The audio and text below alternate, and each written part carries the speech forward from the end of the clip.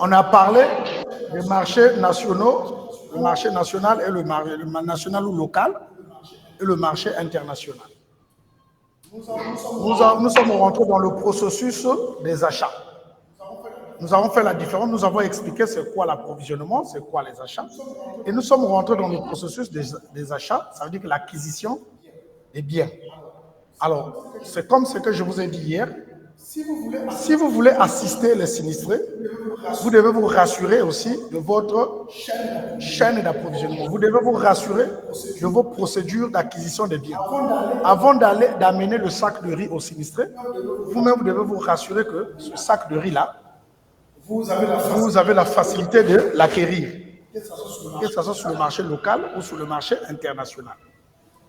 Après ça, nous sommes rentrés, donc le processus, on a vu des étapes. Il y a la définition des besoins, là où il fallait définir correctement le besoin. Il y a la recherche des fournisseurs.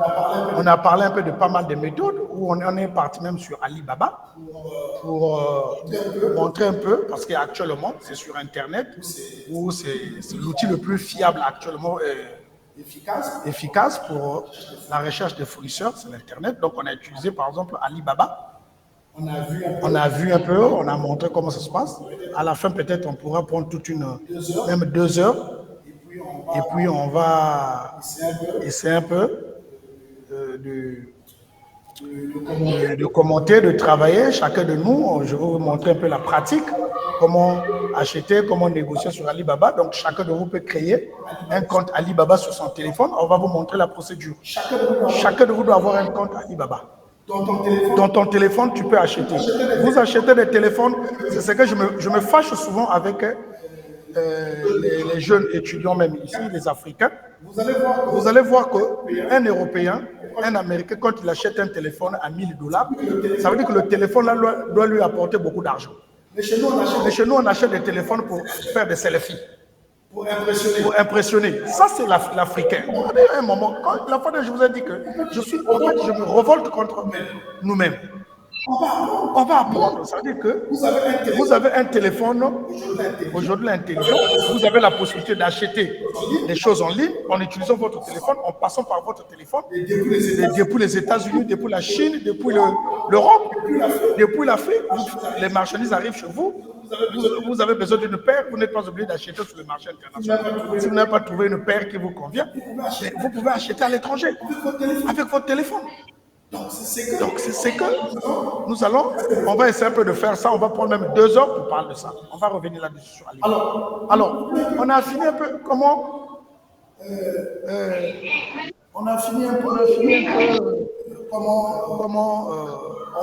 organiser.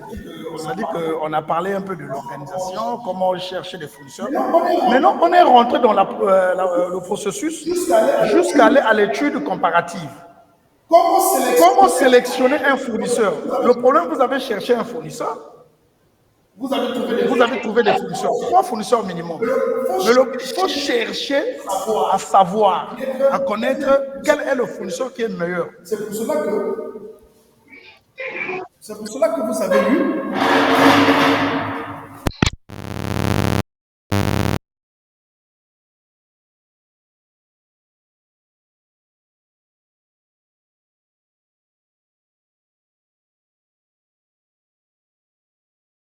Non, ça va. Ça va. C'est pour cela que donc, en réalité, là au moins ça va, il n'y a plus de bruit. D'accord. Donc, comment sélectionner, comment choisir un bon fournisseur? Parce que les achats, c'est un service où tout le monde, dans l'entreprise, tout le monde vous convoite. Tout le monde pense que vous avez l'argent. Et vous pouvez tomber sur des fournisseurs, même des agents. Quand ils viennent vous donner, par exemple, ils viennent vous donner sa demande, c'est-à-dire ce qu'ils veulent qu'on achète. Ils vous imposent même une cotation. Ça veut dire qu'il vient même avec la facture pro forma d'un fournisseur. Mais ce n'est pas ce qui est demandé. C'est à vous de chercher ces fournisseurs-là. Mais pourquoi ils viennent avec ces cotations-là?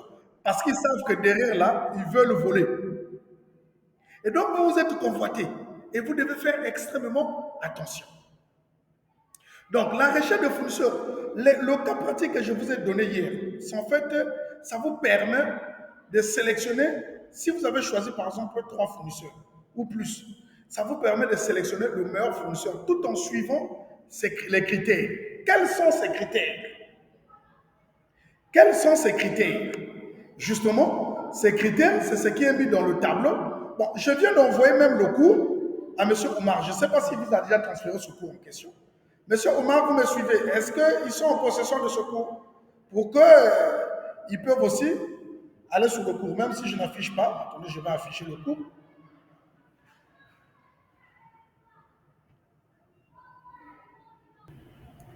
Alors est-ce que je suis en train de mettre en place le cours? Tout le monde me suit?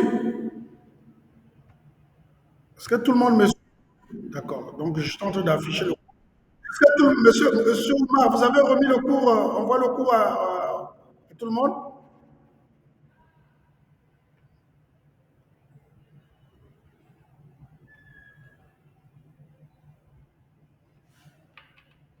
Tout le monde suit essaie un peu de voir sur mon écran.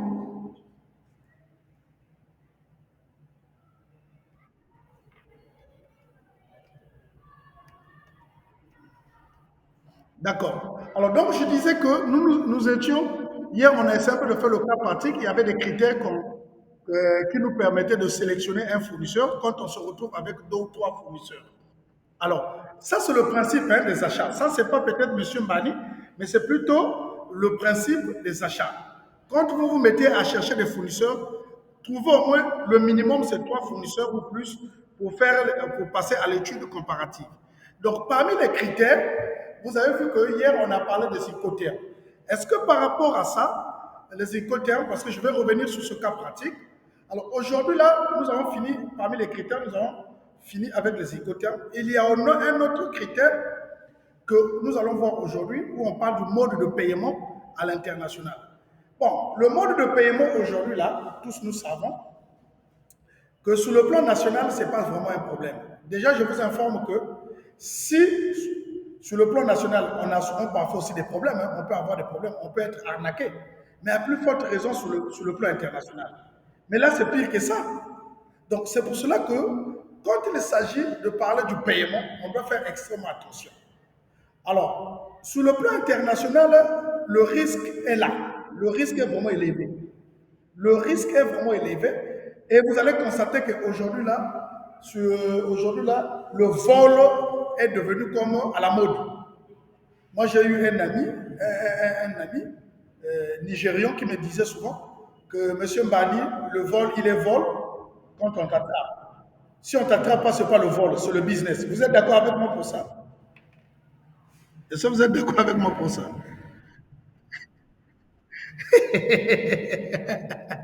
Mais lui, il dit, le vol est le vol. Oui. Oui. La commission. Bon, la commission n'est pas, avoir une commission n'est pas, il y a commission et commission. Qu'est-ce que vous appelez par commission? En réalité, la commission n'est pas un vol.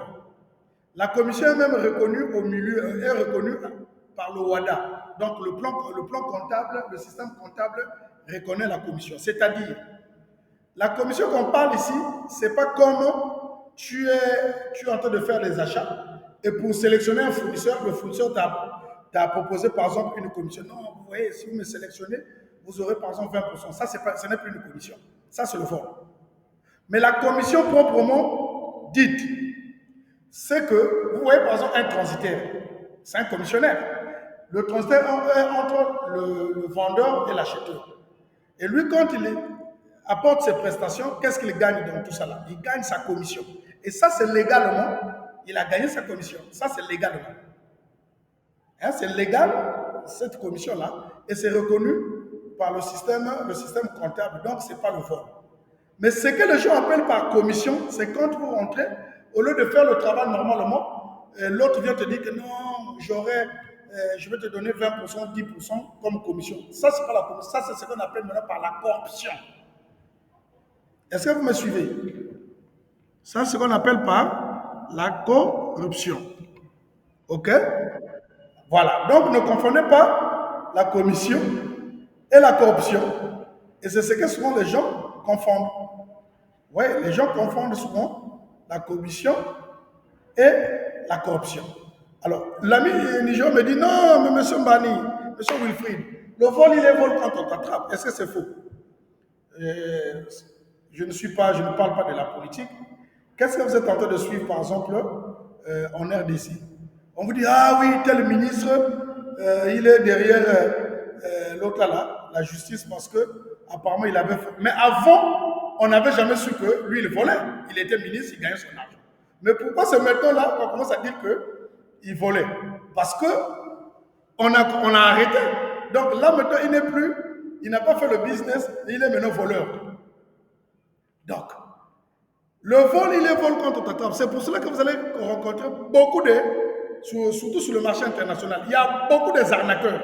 Beaucoup. Si vous ne faites pas attention, vous êtes mal barré. Beaucoup, ils sont là. Ils attendent qu'ils vous arnaquent. On a toujours dit que ne peut que connaître le goût du sang, c'est celui qui a goûté. Moi qui vous parle, moi j'ai été arnaqué. Avant que je sois, quand j'ai commencé à mes débuts, avec les achats en ligne, les achats en ligne, e-commerce, mais j'ai été arnaqué. Oui, mais quelqu'un, quand j'ai vérifié, il y avait du sérieux. Il y avait vraiment du sérieux. Je dis, ça c'est une personne à croire, mais à la fin, c'était un arnaqueur. Donc vous voyez qu'il faut faire extrêmement attention. Et ça se passe où? Ça se passe sur ce qu'on appelle les modes de paiement. Qu'est-ce que, quand on dit mode de paiement, c'est quoi? C'est que quand vous êtes en train de conclure le marché, vous avez négocié avec le fournisseur, vous êtes d'accord, vous devez procéder maintenant au mode de paiement. C'est pour ça que quand un fournisseur vous envoie la facture pro forma, il vous envoie aussi ce qu'on appelle la proposition. Parce que la facture pro forma, c'est la proposition. Il vous envoie aussi non seulement les cotermes comme proposition, non seulement les prix, non seulement la qualité, mais il vous envoie aussi non seulement le délai de livraison, il envoie aussi ce qu'on appelle le mode de paiement. D'où, parmi les modes de paiement, on nous dit quoi ici? On nous dit le paiement à l'international. Il dit implique un risque pour le vendeur, risque de ne jamais être payé. Le vendeur aussi, il a peur de ne pas être payé. Parce que il est en Chine, toi tu es en RDC, ou tu es au Cameroun. Mais lui aussi, il a peur. Ici, tu livres la marchandise juste comme ça, là, tu n'as pas payé. Il y a problème, hein? Il y a problème. Il implique aussi un risque pour l'acheteur. Oui, les deux sont en face des risques. Risque de ne jamais être livré ou recevoir des marchandises non conformes. Ah oui, vous pouvez aussi payer et puis vous recevez une marchandise qui est remplie de vices cachés. Ça aussi, c'est un problème. Ça, c'est un problème.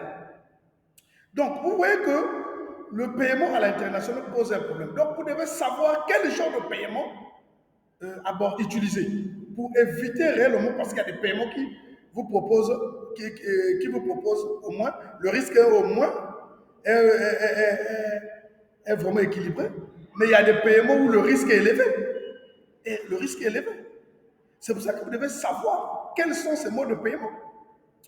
Donc, dans tout cela, on vous dit, il y a le timing de paiement, usage et bonne pratique. Le paiement à l'avance, le paiement, tout ça, ce sont des modalités de paiement. Le paiement contre échange des documents, paiement a posteriori.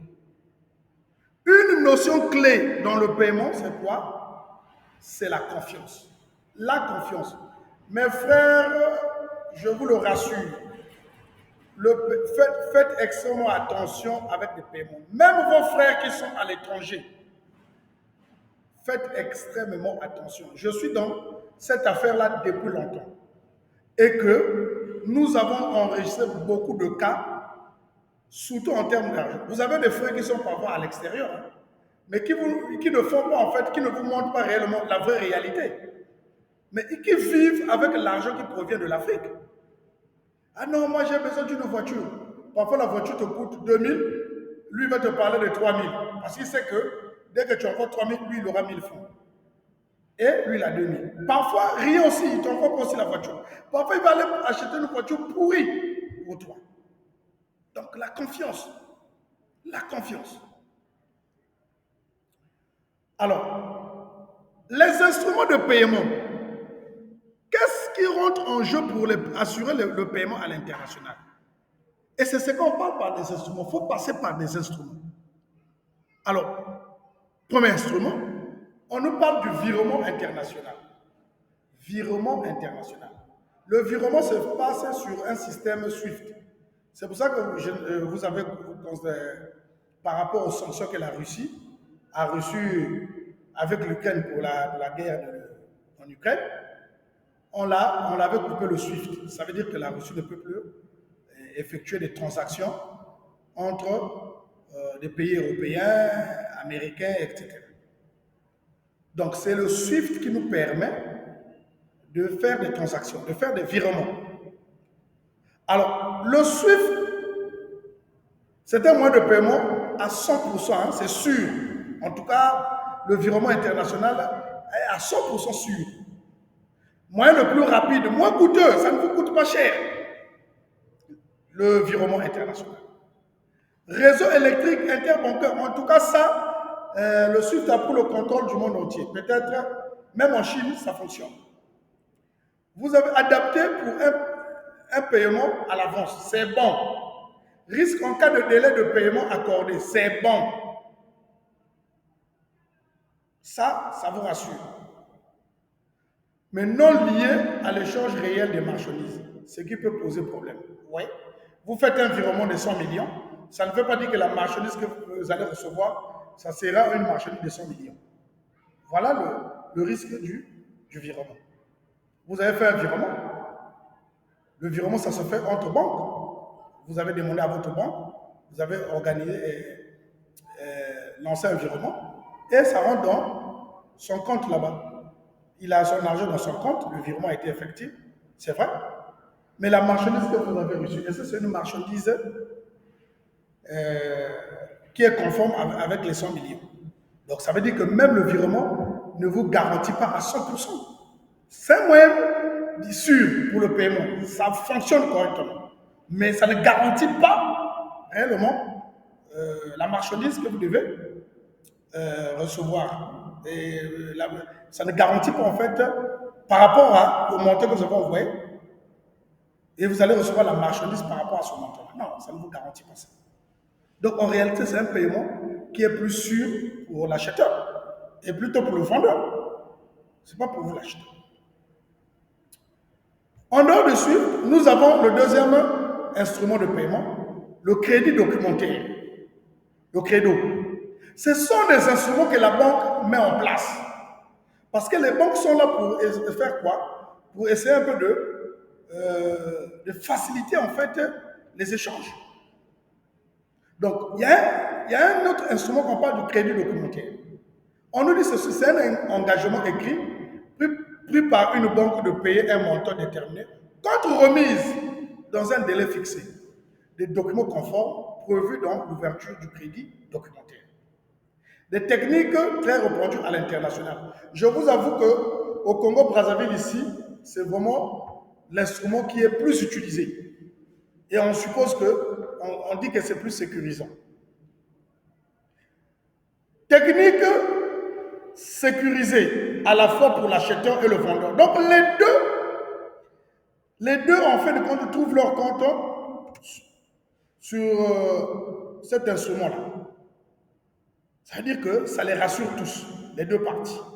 Moi qui dois recevoir la marchandise, ça me rassure. Celui qui doit recevoir de l'argent, ça le rassure. Répond à des règles uniformes dans tous les pays, publiées par la Chambre de commerce internationale du Vous savez que c'est la Chambre de commerce internationale qui, en fait de compte, apporte des règles sur les échanges internationaux. C'est la Chambre de commerce internationale qui avait mis en place les Incoterms. C'est la Chambre de commerce internationale, c'est une branche de l'OMC, Organisation mondiale de commerce. Donc la Chambre de commerce internationale, cette branche s'occupe en réalité de la réglementation des échanges. Donc ça veut dire que même les banques, pour organiser ou pour mettre en place ces instruments-là, mais il faut que la Chambre de commerce valide ces instruments. Donc ce sont des instruments qui sont validés par la Chambre de commerce. C'est un moyen de paiement en même temps qu'une garantie bancaire. On nous dit le crédit documentaire qu'on appelle credo, c'est un moyen de paiement en même temps qu'une garantie bancaire. S'il vous plaît, on ne vous a pas dit que non, c'est difficile pour rédiger. Quand vous voulez faire un paiement, allez juste à la banque. Vous dites que moi, je veux faire un paiement à l'étranger. Surtout si c'est un paiement qui parle de beaucoup de millions. Vous partez à la banque, les documents sont là, il y a des conseillers qui sont là-bas, qui vont vous orienter, qui vont vous dire comment ça fonctionne. Ils vont même vous accompagner, comment remplir. Parce qu'on a dit que ce document-là, c'est un moyen de paiement en même temps qu'une garantie bancaire. Alors, ce qui revient à dire que si vous voulez trouver ces documents-là, il y a des gens aujourd'hui là, dans nos pays, nous avons des banques en réalité, c'est ce qu'on appelle pas des banques locales. Quand vous voyez leur système bancaire, c'est plus la sous-région. Mais c'est pour ça qu'il est souvent demandé à chaque entreprise, une bonne organisation, d'avoir un compte dans une grande banque. La banque qui assure, une banque internationale, qui peut facilement vous faciliter les transactions internationales. Il y en a plusieurs banques, hein? Il y en a plusieurs. Je connais par exemple au Congo-Brazzaville, vous avez les UBA, les Mucodec, hein, les BGFI, toutes ces banques-là peuvent vous rassurer ces transactions-là. Et il y en a là-bas, ces instruments-là sont là-bas. Donc, étant acheteur dans une structure ou responsable des approvisionnements ou responsable logistique, vous devez faire connaissance de tout ça. C'est pour ça que vous êtes là pour apprendre tout ça. Ça ne s'arrête pas au niveau de crédit documentaire. Il y a plusieurs instruments. L'autre instrument, donc le troisième que nous allons parler en termes de... Donc on vient à la troisième position. L'autre document, l'autre instrument de paiement, qu'on appelle remise documentaire, REMDOC. On dit que c'est idem, donc en réalité c'est la même chose avec le crédit. C'est-à-dire que l'instrument qu'on vient de voir tout à l'heure, c'est la même chose avec le crédit. Mais ici, pas d'engagement de la banque à payer contre remise des documents. Ah, elle agit en simple mandateur sur l'ordre de l'entreprise. C'est-à-dire que c'est à vous de donner l'ordre. Avantage, moins coûteux que le crédit. Donc ici, il est moins coûteux que le crédit documentaire, mais adapté aux échanges entre les entreprises qui se connaissent. Ah! Vous voyez que inconvénient ici, on vous dit moins sécurisant pour le vendeur.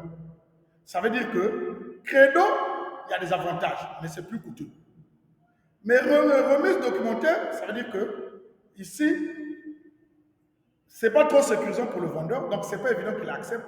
Mais si on dit que c'est souvent bien quand vous connaissez, votre entreprise connaît l'entreprise chinoise, le fournisseur. Ça veut dire qu'il y a déjà ce qu'on appelle de la confiance. Mais c'est vrai qu'on dit la confiance n'exclut pas le contrôle. Il faut toujours contrôler, il faut toujours veiller.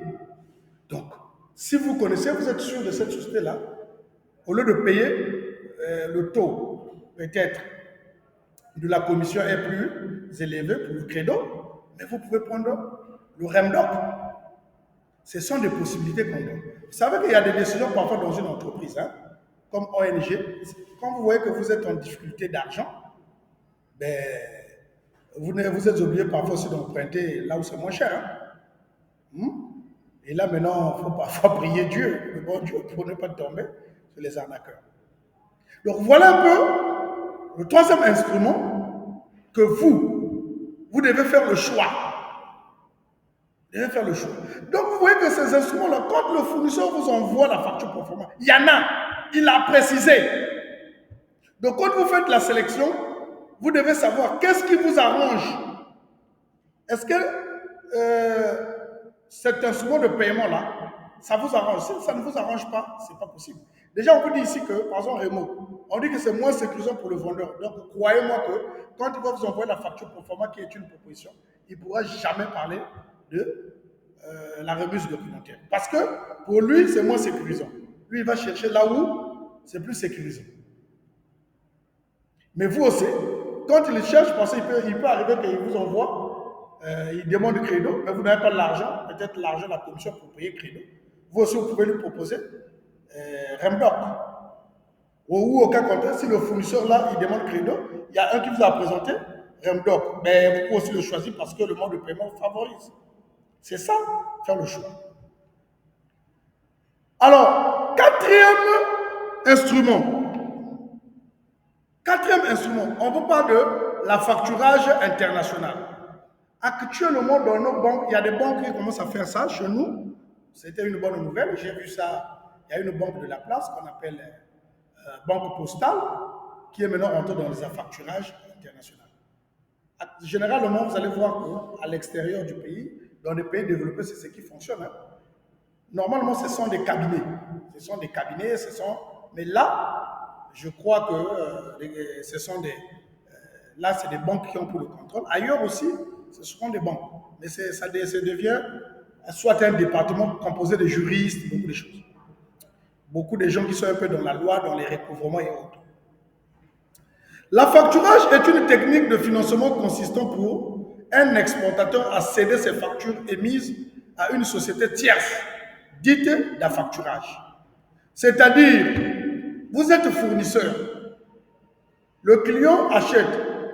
Le temps que lui, le fournisseur, va faire, il peut accepter de vous vendre par crédit. Parce que ça arrive. Il y a des gens qui vendent beaucoup ici, c'est par crédit. Hein.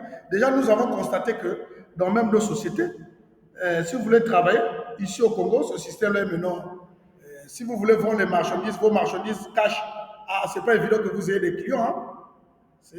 Vraiment, c'est compliqué.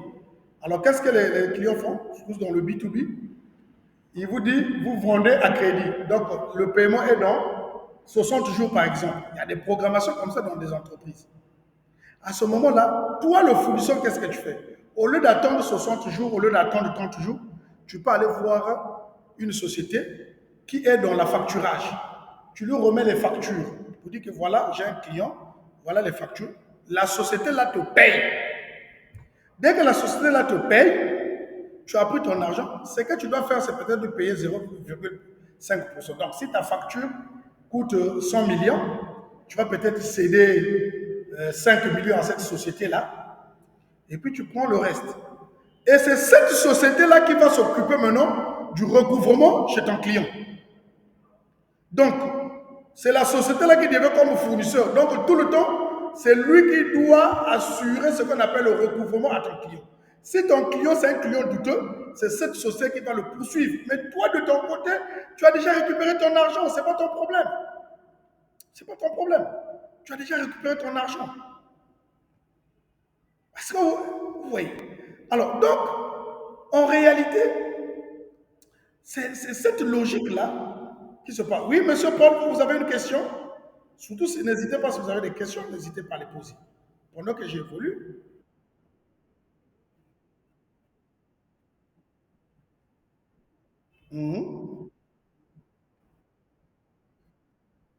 Oui, je suis encore là.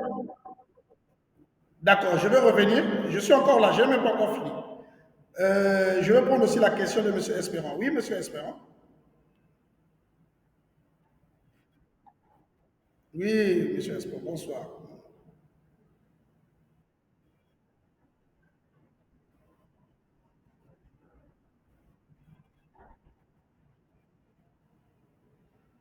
Non. L'escompte ici, l'escompte, quand on parle de l'escompte, en réalité, c'est quoi? C'est des termes comptables. L'escompte, généralement, vous voulez acheter une marchandise à l'autre là, à 10 000 dollars par exemple, n'est-ce pas? À 10 000 dollars. Et le client, et vous négociez, vous discutez, n'est-ce pas? Alors qu'est-ce que le fournisseur doit faire? Le fournisseur vous accorde un pourcentage, donc une réduction sur un pourcentage donné. Est-ce que je me fais comprendre? Oui. Donc, c'est comme une réduction. L'escompte, c'est comme une réduction. N'est-ce pas? Par contre, à compte, c'est quoi? Vous avez avancé une partie d'argent. Vous voyez la différence?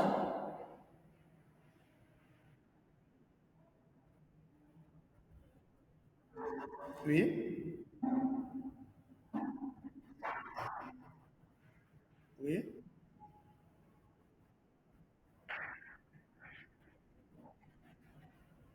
Non, oui.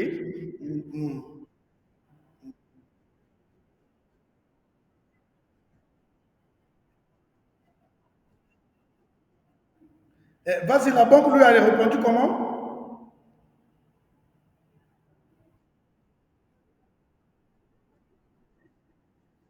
Mhm.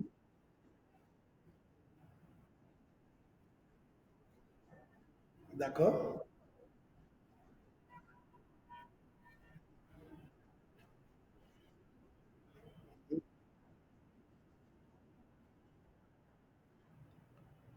Non. Ça veut dire quoi? Ça veut dire que si la banque, ouais, maintenant chez eux, qu'est-ce qui se passe? Si ils ont demandé à la banque, c'est comme aujourd'hui, là, vous n'avez pas l'argent. Hein, généralement, ça se passe souvent euh, dans tous les pays. Hein. Vous avez besoin, je prends un exemple terre à terre, vous avez besoin de construire une maison, n'est-ce pas? Alors, vous n'avez pas l'argent, qu'est-ce que vous faites? Vous partez voir, par exemple, un architecte qui vous donne le devis. Est-ce que je me fais comprendre? Et quand il vous a donné le devis, vous partez voir maintenant la banque pour que la banque vous accorde le crédit. Est-ce que je me fais comprendre? Or, quand la banque ne va pas vous accorder le crédit gratuitement, qu'est-ce que la banque va faire? La banque, il va chercher une garantie, mais il y aura des intérêts. La banque va prélever des intérêts. Tu vois, il y a un pourcentage que les intérêts, là, en réalité, c'est ça le pourcentage. Est-ce qu'on fait comprendre? Or, lui, il vous parle, l'escompte, c'est quoi? Quand tu dis que votre facture, je vends, c'est 10 000 dollars. Mais la facture, vous recevez de l'escompte. L'escompte veut dire quoi? C'est comme une remise, n'est-ce pas? Une remise, par exemple, de 5%. C'est-à-dire, je vous fais une remise de 5%. Donc, ça veut dire que si vous achetez la facture, et si la facture a fait 10 000 dollars, mais et que la facture a été escomptée de 5%, ça veut dire que vous allez payer combien? Vous allez payer combien? Vous faites 10 000 dollars multiplié par 5 divisé par 100. Donc, moins 10 000 dollars. Donc, vous allez payer quelque chose de 9 000 et quelques. Est-ce que j'en fais comprendre? Ça, c'est l'escompte.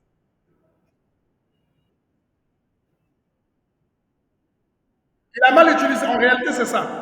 Il a mal utilisé. La facturage, or,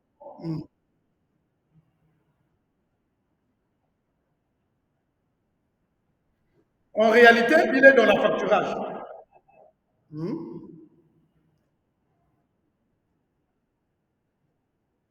Oui, oui, oui. Entre-temps, voilà. Ça, c'est il est en train d'emprunter la voie de la facturage. Ça, c'est la facturage. En fait, il est en train d'emprunter. Donc, en réalité, il est en train d'emprunter. Je suis encore, monsieur Paul, je suis encore sur la facturage. Je vais revenir là-dessus. Bon, je vais prendre monsieur Pascal. Oui, monsieur Pascal, je vous suis.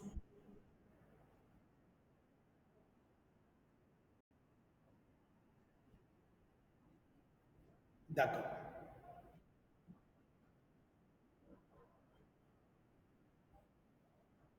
Très bien, oui.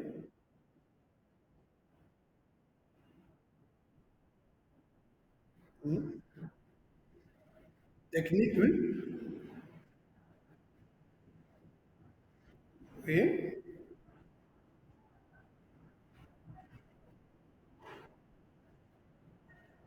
très bien.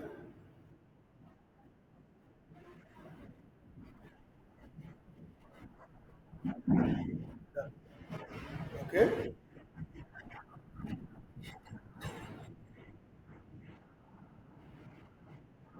OK, OK.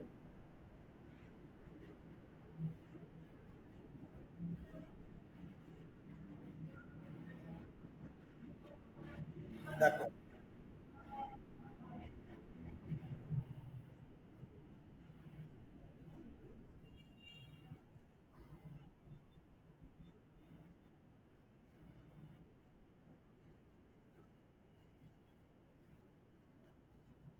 Très bien.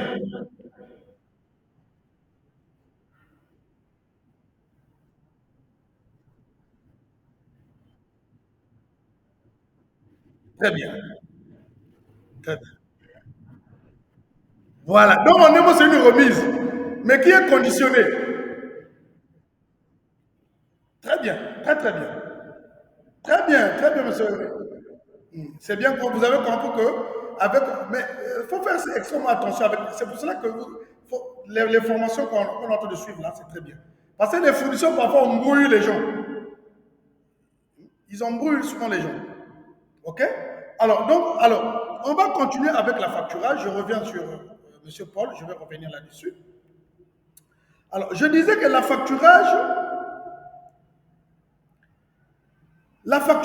reviens. La facturage est une technique de financement consistant pour un exportateur, ça veut dire qu'un fournisseur, à céder ses factures émises à une société tierce. La société tierce, ce n'est pas le client, mais c'est une autre société dite à facturage. Ça veut dire que ça peut être une banque. Aujourd'hui, là, chez nous au Congo, il y a des banques qui ont pris cette garantie. Ça veut dire que le fournisseur peut vendre la marchandise à crédit. Que ce soit à l'international, il peut vendre à crédit. Dès qu'il a vendu à crédit, et ce n'est pas risqué, et il peut espérer d'être payé cash par une banque. Dès qu'il est payé cash par une banque, ça dit que la banque le paye. Ou la société tierce, la société d'affacturage le paye. Si c'est 100 millions, on lui paye, mais la société ne peut pas lui payer 100 millions. Parce que ce qu'ils font sur le service, la société lui paye, tel que là on nous dit que la commission de facturage, par exemple, ça va de 0,5% à 2%. Si c'est une société qui prend 2%, vous avez 5 millions et 100 millions. Que le fournisseur, vous avez vendu la marchandise de 100 millions. Le fournisseur et le client doivent vous payer 100 millions. Vous partez voir une société de facturage, ça peut être une banque. La société, au lieu de vous payer 100 millions, il enlève les 2% des 100 millions et il vous donne le reste. Et lui, il garde les factures. Et donc, c'est maintenant lui qui va s'occuper maintenant des recouvrements avec votre client. Ça veut dire que si l'échéancier est de 1 mois ou de 2 mois, la société d'affacturage attend les 2 mois avec le fournisseur pour récupérer son argent, les 100 millions que lui il a eu à te donner. Donc lui, il va maintenant prendre 100 millions chez le client, votre client, parce que dans les 100 millions, il y a ces 2%, il va retirer les 2% son bénéfice, plus ce qu'il vous a donné. Donc, vous voyez que lui, il vend en fait de compte un service. Donc, c'est ça en réalité. Ça n'a rien à voir avec la compte et ça n'a rien à voir avec l'escompte. Donc, c'est une société. Vous aussi, vous pouvez, si vous êtes dans les finances, vous êtes doué dans les finances, vous avez beaucoup d'argent, vous pouvez décider aujourd'hui là de créer une société d'affacturage. Ça veut dire que quelqu'un achète. Moi, je connais un monsieur ici, c'est un juriste. Et après, il a essayé un peu de monter un cabinet d'affacturage. Bon, je ne sais pas si ça marche ou pas. Bon, il a eu un peu d'argent, il a mis un peu beaucoup d'argent en jeu. Alors, qu'est-ce qui se passe? Chez lui, il a essayé un peu de voir avec tous les grands commerçants. Chez lui, il ne va pas à l'international parce qu'il se dit qu'il n'a pas de moyens, il n'a pas un grand réseau pour traquer un client ou un fournisseur à l'international. Il se limite sur le plan national. Donc, tous ceux qui font des échanges sur le plan national peuvent aller. C'est un fournisseur, les entreprises, non, je vous paye dans 60 jours. Vous pouvez aller voir le cabinet, le monsieur vous donne de l'argent, 10 millions. Si c'est 10 millions que vous avez vendus, il enlève ces 2%, il vous donne la moitié, donc après le reste qui va rester, et lui, il garde les factures. Et dès que l'échéancier arrive, c'est lui maintenant qui va contacter le client de ce fournisseur-là pour récupérer tout. Bon, je ne sais pas si ça marche ou comment là, mais je pense que ça marche parce que c'est souvent risqué. Il y a des sociétés aujourd'hui là où parfois c'est la garantie, maintenant après il faut traquer. Mais généralement, c'est des banques. Hein. Il y a des grandes banques qui sont dans ça. Je vous dis que les grandes banques au monde sont dans ça. Chez nous, on n'a pas encore peut-être des grandes banques pour assurer ça. C'est ce qui fait lombiner même les activités. Hein. C'est pour ça qu'on dit que notre système bancaire n'est pas trop... Mais au Congo, il y a une société qui a lancé ça, la Banque Postale. Ils ont lancé ça. Ah, ça, c'est bien. C'est une bonne nouvelle. Je crois que En Afrique, il y a déjà beaucoup de pays aussi qui le font. Je crois qu'au Ghana aussi, il y a une société, il y a une banque qui le fait. Alors, donc la même facturage, vous savez, la société d'affacturage règle à l'exportateur le montant convenu contractuellement. Donc, le montant de la facture, moins ses commissions prévues, comme ce que je vous ai expliqué. Dès l'émission de la facture, elle s'occupe du recouvrement auprès de l'importateur. Le coût souvent, selon la loi, selon la réglementation, le coût souvent, le coût varie, le coût d'affacturage. Donc, eux, ils prélèvent de 0,5% à 2%. La commission de financement, elle concerne l'avance de trésorerie. Avantage de la facturage, éviter les retards de paiement. Je vous avoue que si vous voulez faire un business au Congo-Brazzaville, à entreprise contre entreprise, c'est souvent 60 jours de paiement. Et si vous tombez sur l'État, surtout les administrations publiques, là, ils peuvent vous amener même à une année. Ils peuvent même vous amener à une année. Ah oui. Donc, il faut éviter, et les gens préfèrent aller dans les affacturages, des compagnies d'affacturage, des sociétés d'affacturage. Ça réduit le risque d'impayé. Ah oui, hein? Je vous ai parlé par exemple de l'État. Nous, par exemple, nous sommes ici, avec le cabinet, on a souvent des factures, on travaille avec l'État. Mais croyez-moi que l'État, il y a des factures qui sont là-bas depuis longtemps. Ah, ils vous amènent un bateau, ils vous amènent par-ci, par-là. Oui, monsieur Pascal, vous avez la parole?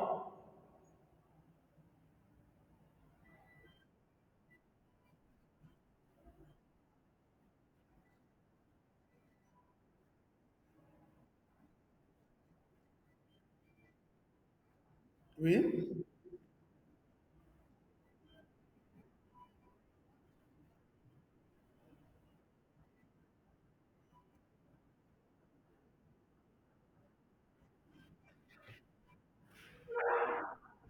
oui.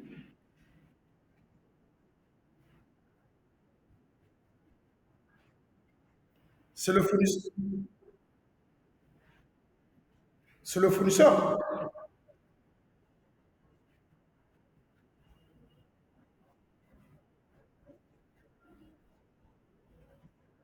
Oui.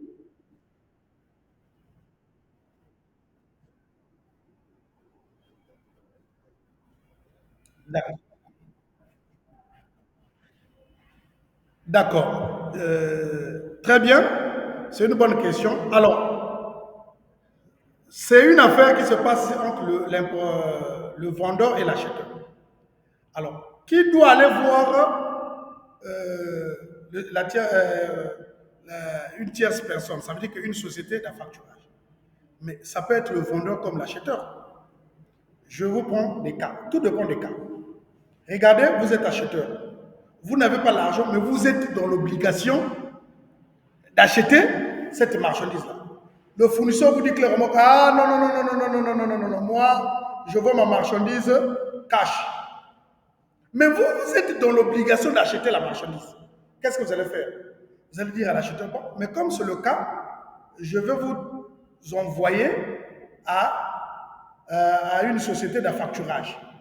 Donc, vous pouvez le conseiller. Bon, vous contactez la société d'affacture pour dire que bon, moi j'ai une telle situation. Il y a l'un de mes fournisseurs qui ne me croit pas. Est-ce que vous pouvez le payer? Et ensuite, je vous rembourse, je vous paye dans un mois. Entre-temps, si vous le payez, la société va dire oui, oui, dans ce cas, mais qui va assurer ma commission? Vous êtes encore capable de dire encore à la société tierce, de dire, bon, écoutez, comme vous avez peut-être 2%, vous lui payez son argent total. Maintenant, vous prenez les 2% là, vous allez affecter ça sur ma facture. Donc, quand je vais vous payer, je vais aussi payer ces 2%. Ça, c'est le premier cas. C'est-à-dire que quand il s'agit de l'importateur. Le deuxième cas, c'est l'exportateur aussi qui peut contacter une société d'affacturage. Il contacte une société d'affacturage pour dire, ah, écoutez, hein, moi, en tout cas, mon cher ami, moi, je ne peux pas, bon, mais je suis capable quand même, je suis quand même capable de perdre 2%. Donc, qu'est-ce qu'on fait? Moi, je vais contacter une société d'affacturage. Lui, il va, je vais perdre peut-être 2%. Mais entre-temps, lui, il va me payer. Mais tu vas maintenant négocier, tu vas maintenant discuter avec lui. Quand il s'agit de le payer, c'est toi qui vas maintenant le payer. Donc, ça peut être l'importateur comme l'exportateur. Tout dépend de la position que vous retrouvez pour le business. Mais dans des cas, dans plus de cas, c'est souvent des fournisseurs qui contactent des tierces personnes. Oui, monsieur Expérant.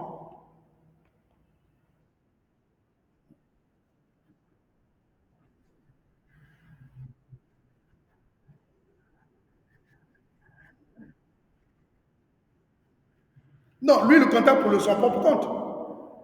Lui, le problème, c'est qu'il ne veut pas. Allez-y. Hmm. Oui,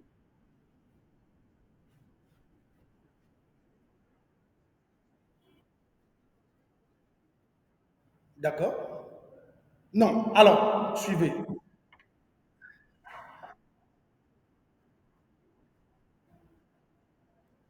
Alors, pourquoi l'importateur contacte la société d'affacturage? Premièrement, c'est pour éviter le retard de paiement. Parce que certainement, l'importateur l'a dit, je te paye dans un mois ou dans 2 mois. On est d'accord? Deuxièmement, c'est pour éviter le risque d'être impayé et de ne pas être payé. Ça veut dire que je vais éviter, je perds 2%, mais au moins je gagne plus. Parce que qu'est-ce qui dit que dans 30 jours que l'importateur ou le client m'a promis de me payer dans un mois? Qu'est-ce qui dit qu'il va me payer? Parce qu'il peut avoir aussi une raison. Est-ce que c'est clair? Troisième, on dit externaliser le recouvrement et les démarches administratives. Et mon cher, c'est très simple. Aujourd'hui, le marché est devenu compliqué. Vous savez qu'il y a des sociétés où vous êtes obligé d'avoir un service de recouvrement. Et c'est des gens que vous devez payer. Pourquoi avoir ce service-là? Pourquoi pas jouer avec... C'est comme si vous êtes en train de trouver une sous-traitance pour assurer votre recouvrement. Ce n'est pas un coût que vous baissez. Est-ce que vous me suivez, monsieur Esmer? D'accord. Donc, déjà, quand vous voyez ces avantages-là, l'exportateur, il est en face d'un client qui dit que non, je suis prêt à te payer dans 2 semaines et dans un mois. Dans un mois.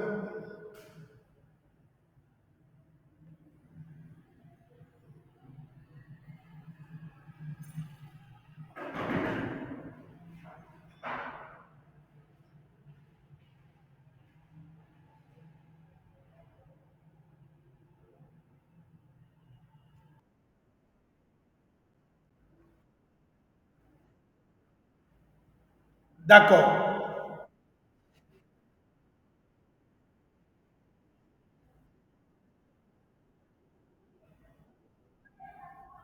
Alors, commission de financement. Alors, il y a d'abord commission d'affacturage et on parle de commission de financement. Alors, quand vous partez, vous me suivez, quand vous partez à la banque, solliciter l'argent. Vous savez que les banques, aujourd'hui, là, il y a des gens qui, jusqu'à preuve le contraire, il y a des gens qui pensent que la banque est là pour, en réalité, aider gratuitement les gens. Ah non. La banque est là, c'est une entreprise commerciale. La banque doit vivre de ces services-là. Alors, quand on parle d'une commission de financement, la banque aussi, il va prendre d'abord les 2% de la commission d'affacturage. Mais c'est lui qui va sortir beaucoup d'argent pour donner. Mais il faut qu'il y ait aussi une commission. Ça veut dire que là aussi, c'est un risque qu'il est en train de prendre. Et ce risque-là, généralement, et lui aussi il va se dire que non, non, non. En dehors, d'abord, je vends un service qu'on appelle affacturage. Le fait d'accepter de préfinancer, très bien. Mais entre-temps, le risque que je suis en train de prendre pour financer, j'aurai combien? C'est pour cela que, à notre niveau, on ne peut pas dire que là-bas, ils ont caché, ils n'ont pas donné en termes de pourcentage. Là-bas, c'est maintenant entre eux-mêmes, ils essaient un peu d'appliquer un taux relatif à la convention de la banque. Est-ce que vous me suivez? Est-ce que ça... Donc, un taux relatif. Donc, c'est quelque chose à dire que vous allez constater qu'il y a beaucoup de banques aujourd'hui, même quand on parle en termes de crédit, ils sont chauds pour vous donner des crédits. Non, ils vous motivent même, venez prendre des crédits. Mais en réalité, vous vous dites que non, il va m'aider. Mais en réalité, lui, il vit que de ça. S'il ne donne pas de crédit pour prélever les taux d'intérêt, comment est-ce qu'ils vont survivre? C'est ce service, c'est ce service qu'ils vous font.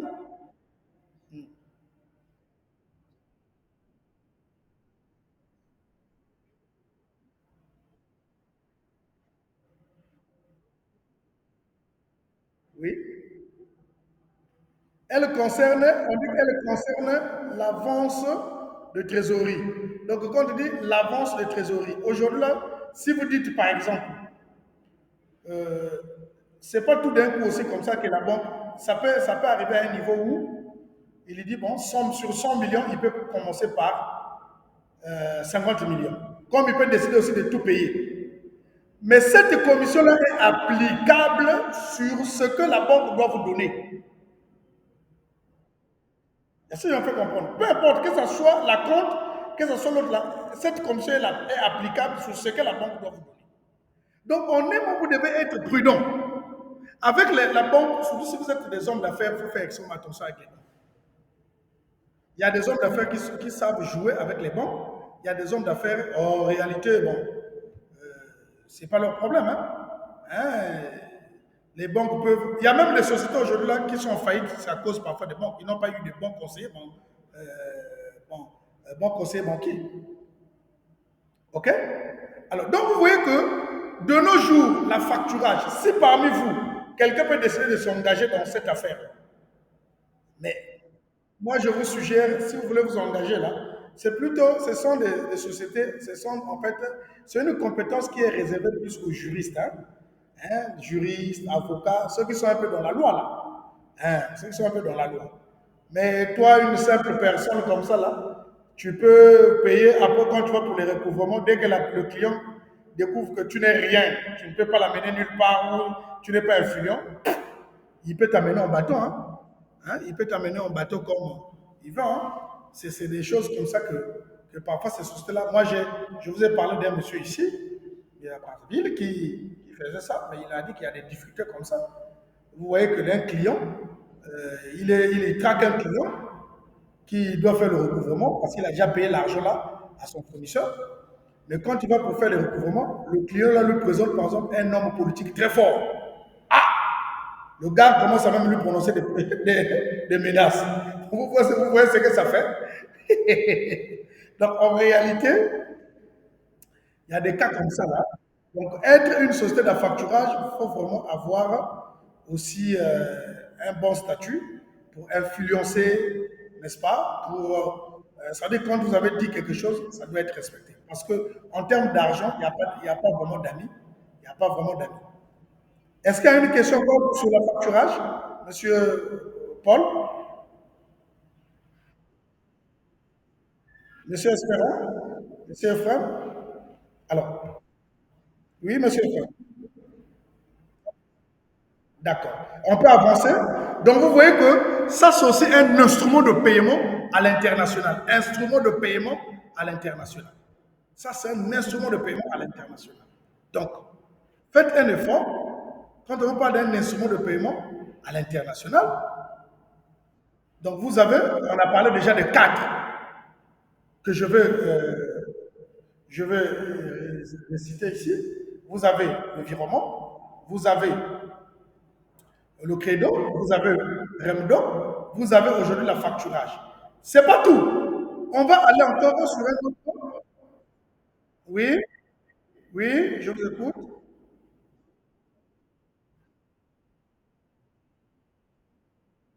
D'accord,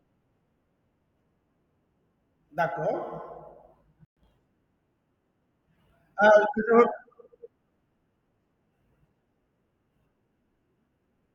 oui, d'accord.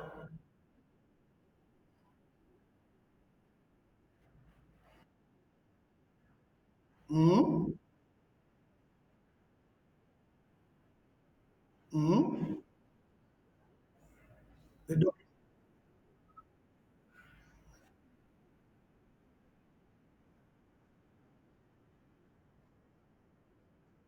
alors, les documents prévus dans l'ouverture du crédit documentaire, ce ne sont que les documents d'import et export.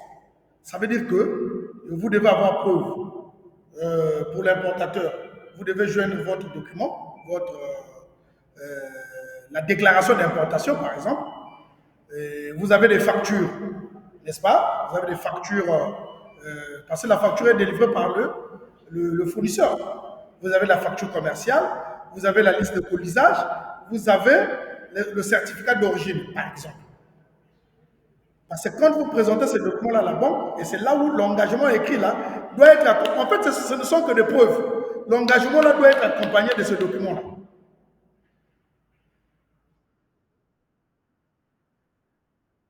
Oui, oui.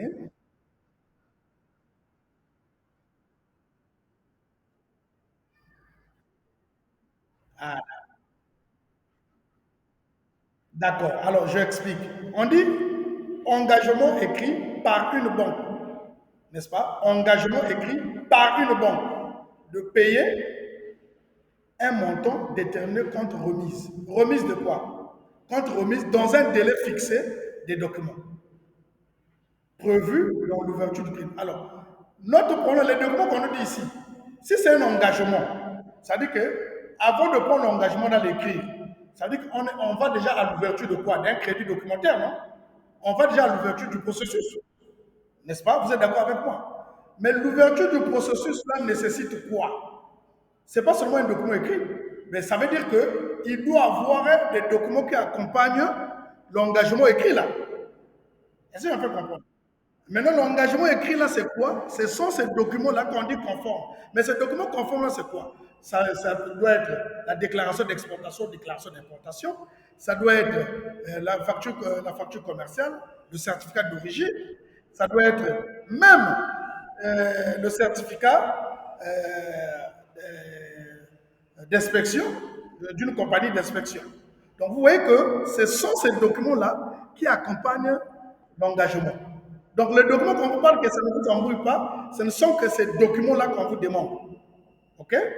Ce ne sont que ces documents-là qu'on vous demande.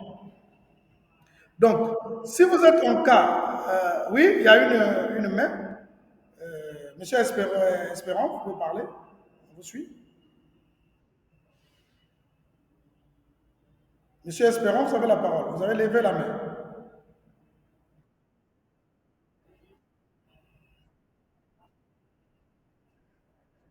D'accord?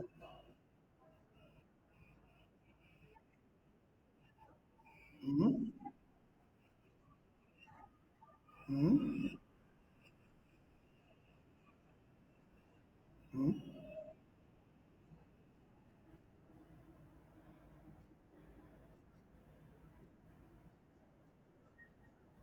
OK? Oui?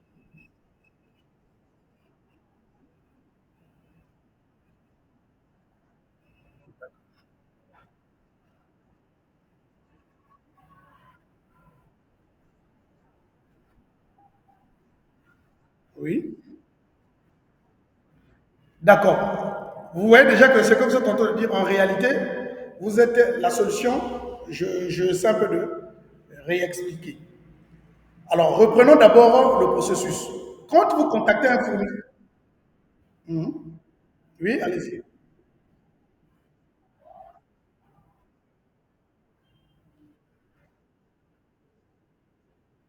Mhm.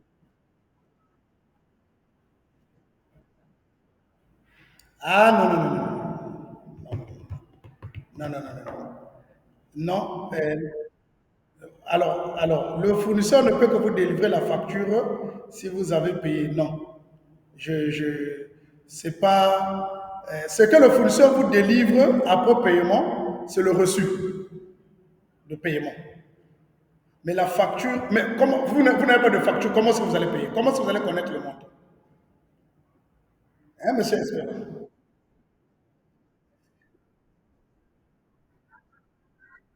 La facture pro forma et la facture commerciale, c'est deux choses différentes.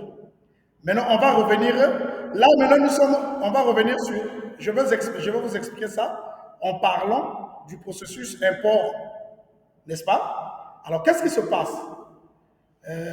Quand vous contactez un fournisseur sur le marché international, dès que vous engagez les discussions, les négociations, tout le processus, dès que vous rentrez, vous avez sélectionné un fournisseur, vous rentrez comment on appelle, en contact avec le fournisseur.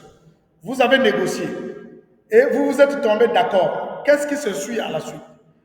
Pour que vous confirmez au fournisseur que vous êtes d'accord, vous devez l'envoyer ce qu'on appelle le bon de commande. Nous sommes d'accord là-dessus. Lui, pour se rassurer que vous êtes d'accord, vous devez l'envoyer le bon de commande, tout en précisant les clauses que vous avez eues, ce que vous avez eu à discuter, que ce soit les quotas, que ce soit le mode de paiement, que ce soit le montant que vous devez payer. Quand le fournisseur reçoit le bon de commande, lui maintenant, il va établir une facture commerciale. Parce que la facture commerciale, la facture pro forma, ce n'est pas une facture comptable. La facture pro forma vient seulement pour déclencher la négociation. C'est une proposition. C'est quand vous cherchez des fournisseurs, vous envoyez votre demande, le fournisseur vous répond, on vous envoie la facture pro forma. C'est à base de la facture pro forma que vous devez engager la négociation, vous devez procéder au processus, à la sélection des factures, tout ce qu'on a eu à citer.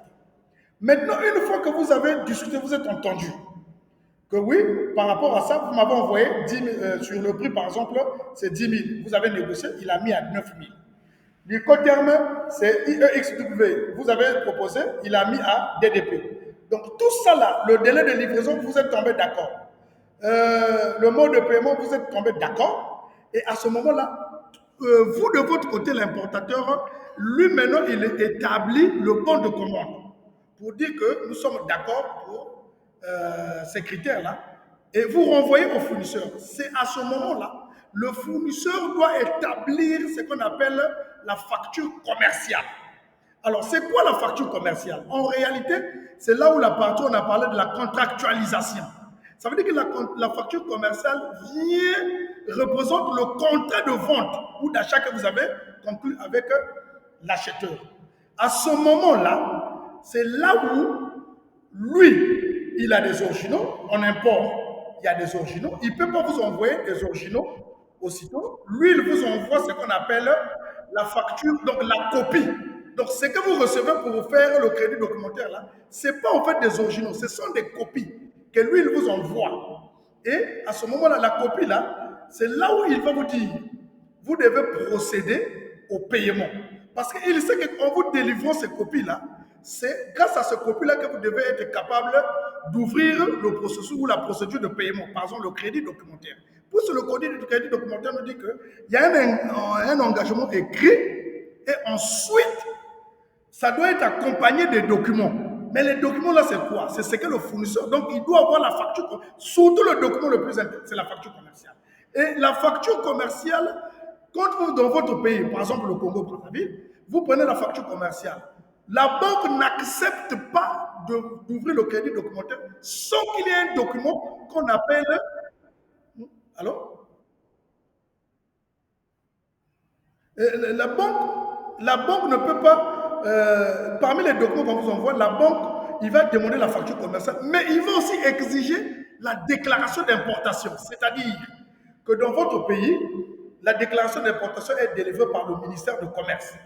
Et donc, c'est lui qui doit savoir, est-ce que les produits que vous importez sont légaux pour rentrer dans notre territoire. Le montant qui doit sortir, parce que c'est l'argent qui doit sortir de votre pays, il doit aussi savoir qu'il doit aussi avoir une idée, il doit valider. Donc c'est pour ça qu'on demande, en réalité, vous devez avoir aussi la déclaration d'importation. Donc ces documents-là sont accompagnés, c'est les documents qui accompagnent l'engagement écrit. Monsieur Pascal, est-ce que vous avez compris? Ça va?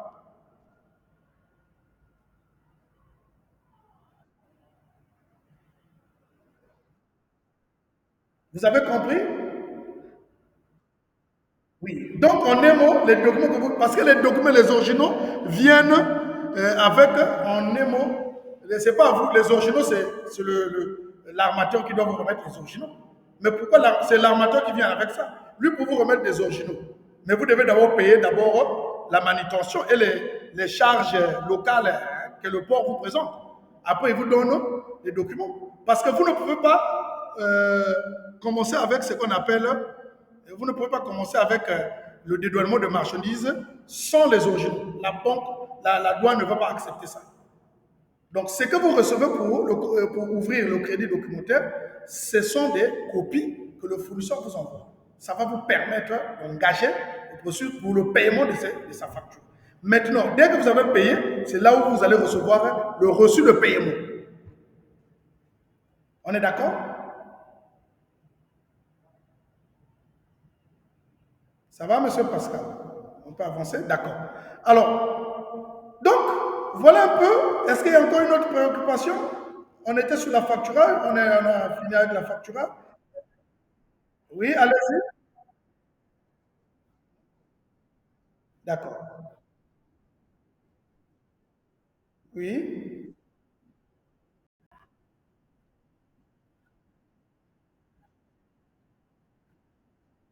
Mais bien sûr, vous êtes là pour ça. Mhm.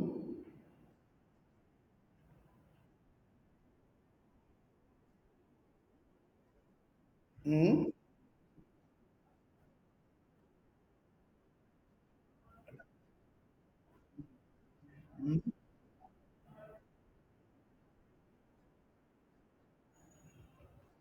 Engagement. D'accord. D'accord. Vous avez la déclaration d'importation. Délivrée, vous notez, la déclaration d'importation délivrée par le ministère du Commerce. Ça va? Vous avez la facture commerciale, donc les copies de la facture commerciale. C'est bon? La facture commerciale, donc la déclaration d'importation délivrée par le ministère de Commerce de votre pays.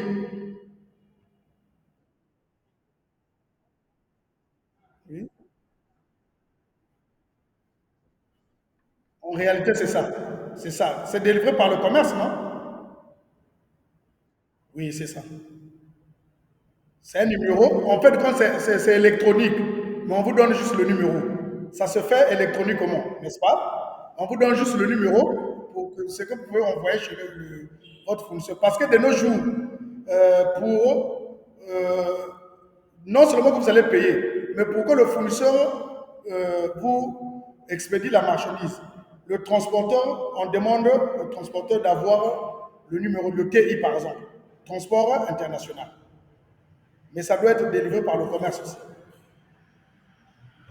Donc, c'est tout ça qui rentre dans le cadre. Donc, le numéro, si c'est le numéro qu'on vous donne là, si c'est le commerce, donc c'est la déclaration en fait d'importation. Est-ce que ça va?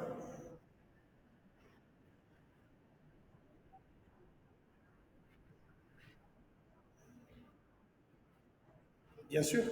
Le numéro, mais si déjà, comme on dit, le numéro import-export, ça dit que c'est le numéro. Généralement, je ne sais pas, dans d'autres pays, c'est électronique. Par exemple, chez nous, si c'est maintenant électronique, c'est géré par GIOT. Donc, vous passez par GIOT, et dès qu'on vous délivre la déclaration, vous avez le numéro. Si vous avez même le numéro, vous pouvez aller même sur l'autre là, sur la plateforme, vous vérifiez votre déclaration. Maintenant, il y a d'autres pays qui sont encore peut-être, qui ne sont pas encore sur le numérique, et ça se fait manuellement. Donc, vous partez là-bas, la déclaration, on saisit même le montant, et on saisit même ce que vous devez acheter, et puis on affecte le numéro, même par stylo. Ou il y a des déclarations déjà des imprimées, où il y a déjà des numéros. Ça va?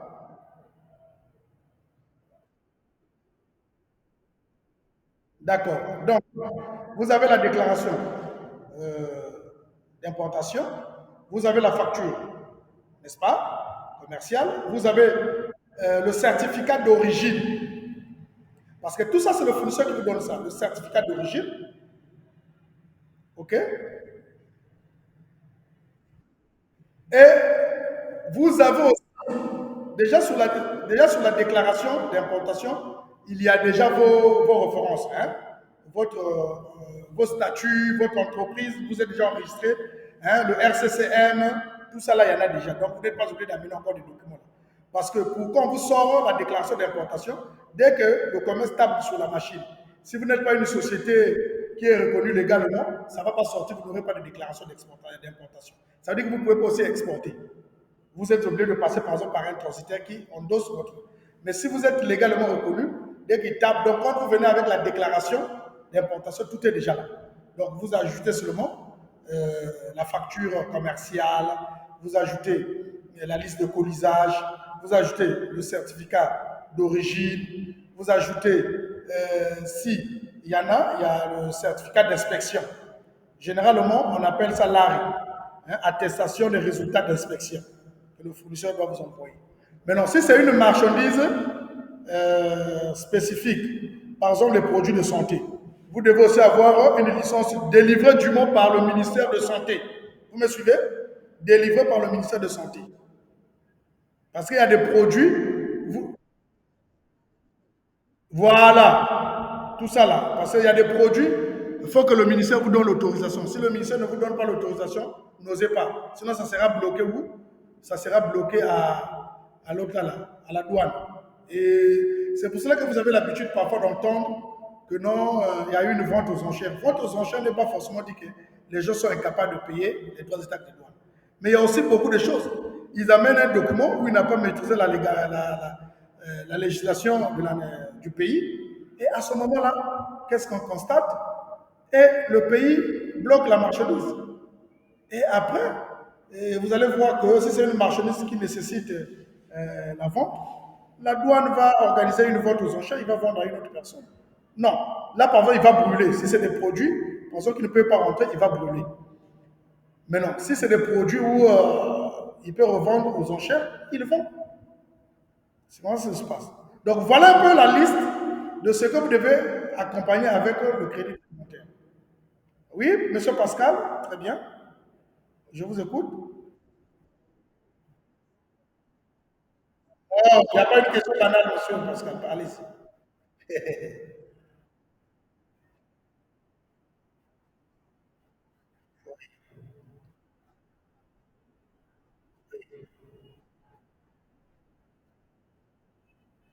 Bien, mais bien sûr, bien sûr.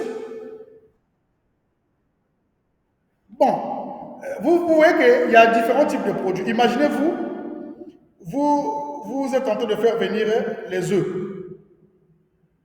Ça rentre dans le cadre d'un produit périssable, n'est-ce pas? Donc, on suppose que vous êtes déjà prêt pour engager la procédure. Mais vous faites par exemple 6 mois avec le même document. Est-ce que ça va être valable encore? Hmm? Monsieur Pascal. Bon, à ce que je sache, ça tourne autour d'un mois à 2 mois. 1 mois à 2 mois la validité. Mais si vous faites une année, là, il y a problème. Là, il y a problème. Parce que vous ne pouvez pas aller prendre, ou soit, ça arrive, hein, vous partez, vous prenez la déclaration d'importation, et à un moment, vous n'avez pas l'argent pour payer. À ce moment-là, vous serez obligé, par exemple, dès que le ministère, c'est un logiciel, vous avez atteint peut-être une date donnée, à ce moment-là, vous repartez encore, si vous arrivez, vous pensez que vous n'avez pas abandonné l'implantation, vous repartez encore pour actualiser. Ce sont des documents tellement sensibles, vous devez faire extrêmement attention. Vous voyez que c'est des produits que vous achetez pour rentrer, pour faire venir dans votre pays. Donc en réalité, vous devez faire extrêmement attention. Quand je parle d'un mois, 2 mois, on suppose que ça peut être aussi, vous avez acheté, dès que vous prenez la déclaration, dès que vous partez. Si c'est numérique, je dis bien si c'est numérique, ça veut dire que dès que vous partez à la banque va vérifier, et dès que la banque valide le paiement, au commerce là-bas, ils seront informés. Dès qu'on va mettre la marchandise dans le navire, ce qui revient à dire qu'il y aura la traçabilité. C'est pour cela que quand vous arrivez par exemple au dédouanement de marchandises, quand on parle de l'ouverture du dossier transit, vous devez aller prendre le BESC, c'est-à-dire que bordereau électronique suivi de cargaison. Mais vous prenez ça où? Dans un conseil de chargeur. Donc il y a une traçabilité. Eux, ils suivent tout, ils voient tout. Donc dans ce sens, dans des pays un peu plus développés, vous voyez que c'est un peu difficile pour que vous soyez un aventurier dans cette affaire. C'est un peu difficile. Mais il y a une date prévue. Moi, à mon niveau, je peux savoir que je n'ai pas encore eu un cas comme ça, que bon, la déclaration, là, ça tire à non. Mais je crois que ça part de 1 à 2 mois. C'est comme quand la marchandise arrive à la douane, ça arrive à la douane, mais la douane, il vous donne d'abord, chez nous ici, par exemple, vous avez 11 jours, au port, par exemple, vous ne payez pas le frais magasinage. Hey. Mais après 11 jours, on commence à calculer le frais magasinage. Et si vous faites 2 mois, on prend votre machine, on envoie dans le magasin contentieux. Là où c'était normal, vous n'avez pas pu dédouaner. Maintenant, c'est là où il y a contentieux, là, vous allez dédouaner. Et après, contentieux, on vous donne encore peut-être quelque chose de 2 mois ou 6 mois. Vous n'avez pas pu dédouaner, ben, votre marchandise, vous avez perdu votre marchandise. Et la douane récupère, maintenant, il va aux enchères. C'est pour ça que vous allez voir qu'il y a beaucoup de gens qui attendent d'acheter des voitures aux enchères à la douane. Parce qu'ils savent qu'il y a des gens qui font venir parfois des voitures. Quand il arrive, il est surpris des droits et taxes de douane, incapable de payer. Mais, ça veut dire qu'il ne va pas rouler dans cette voiture-là. La douane va récupérer la voiture. C'est pour cela que vous êtes en train de faire ce coup-là. Donc, il faut faire extrêmement attention. Les achats à l'international sont complexes. Ça, vous êtes là pour faire ce coup. OK? D'accord? Il y a une autre question? Oui, M. Pascal. Oui, M. Paul.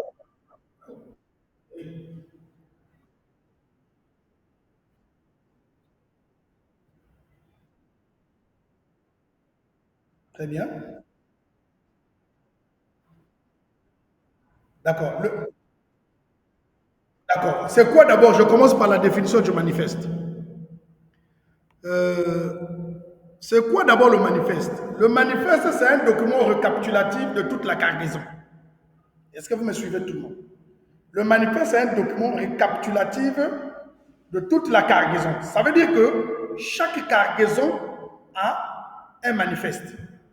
Alors, qu'est-ce que ça veut dire? Ça veut dire que le manifeste enregistre toutes les marchandises que le navire ou le cargo transporte.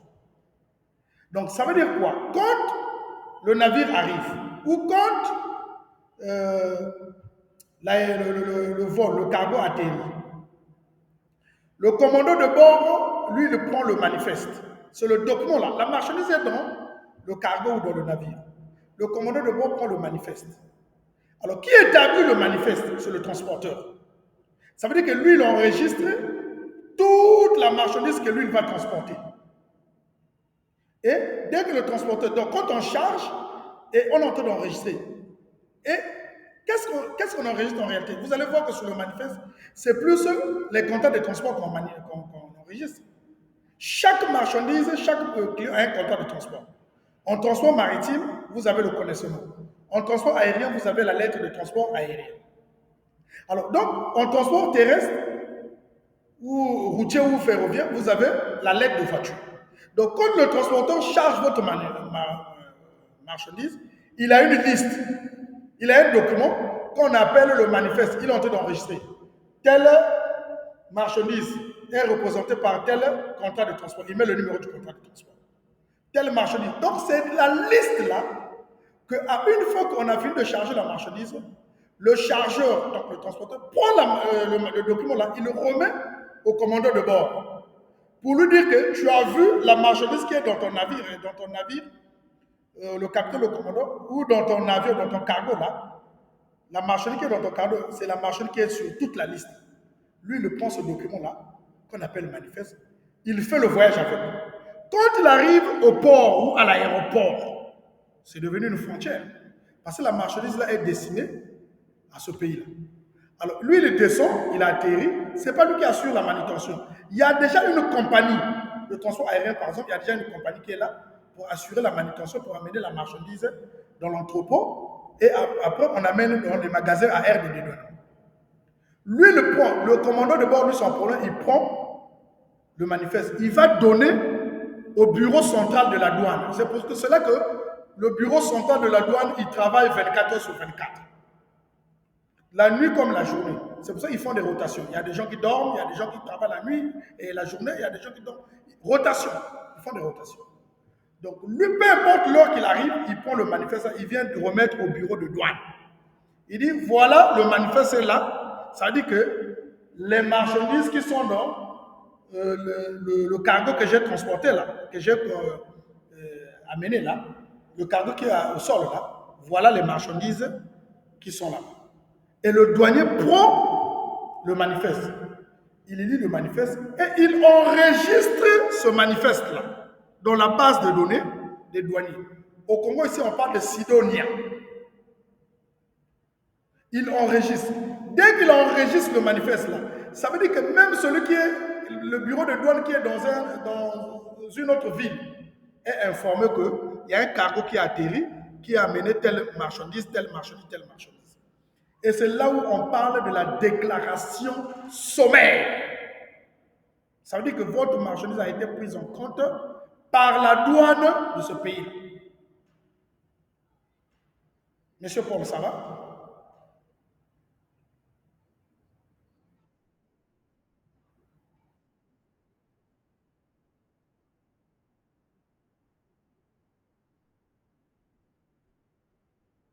Non. Qui commence avec l'ouverture du crédit documentaire? C'est le client. Mais le client commence avant le paiement. N'est-ce pas? Or, c'est quand le manifeste, c'est quand vous avez payé ou vous avez conclu que c'est bon. C'est là où maintenant le client va déposer, va expédier la marchandise. Tant qu'il n'a pas encore reçu peut-être un mandat ou un paiement ou l'autre, là, il ne peut pas embarquer la marchandise à l'expédition. Or, le manifeste est délivré quand on en... Hein? Merci beaucoup. Une autre question ou on avance? Je suis là pour vous. Ne vous inquiétez pas, posez tout ce que toutes les questions. Ça, c'est mon domaine. Et ça, c'est mon travail. Et on le fait, c'est pas seulement l'enseignement, on enseigne, on est sur ça, on le fait au quotidien, tous les jours, parce qu'on a un cabinet qui accompagne les entreprises, on est des transitaires, on est des acheteurs, on est des distributeurs, voilà un peu ce que nous faisons. Oui, monsieur Pascal?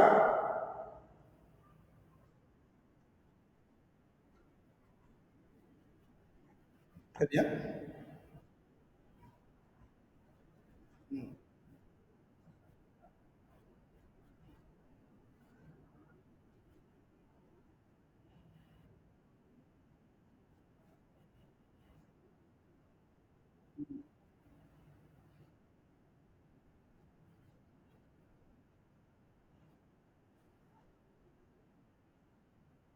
Monsieur Espérant, vous pouvez fermer votre micro parce que là, on vous entend. Monsieur Espérant, il y a monsieur Pascal qui parle. Vous pouvez fermer votre micro? Oui, c'est bon. Monsieur Pascal peut continuer.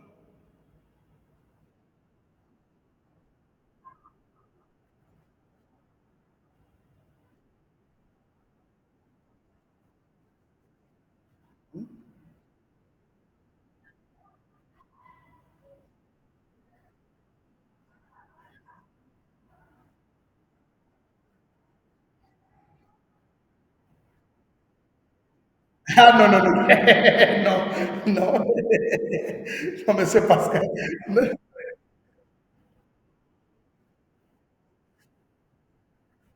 Une déclaration. Bien sûr. Mais vous voyez, c'est gratuit, c'est payant. C'est payant, c'est pas gratuit. Hein? C'est payant. Bon, chez nous, à Brazzaville, par exemple, c'est 60 000.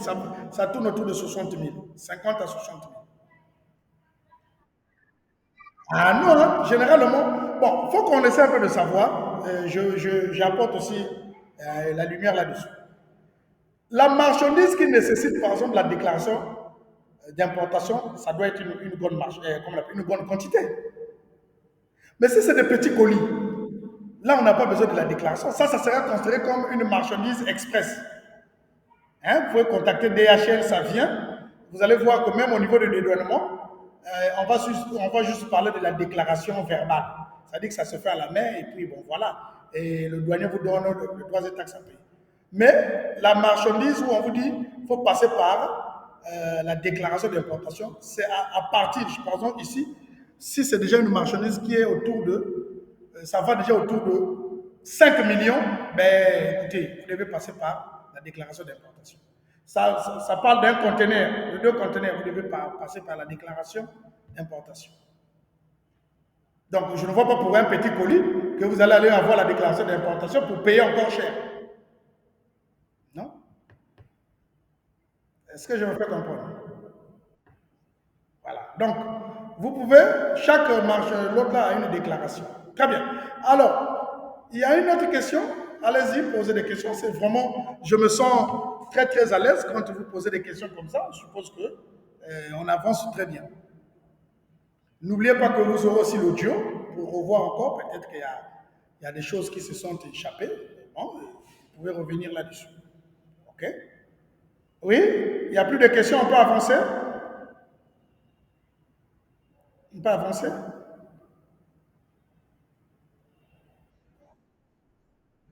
D'accord.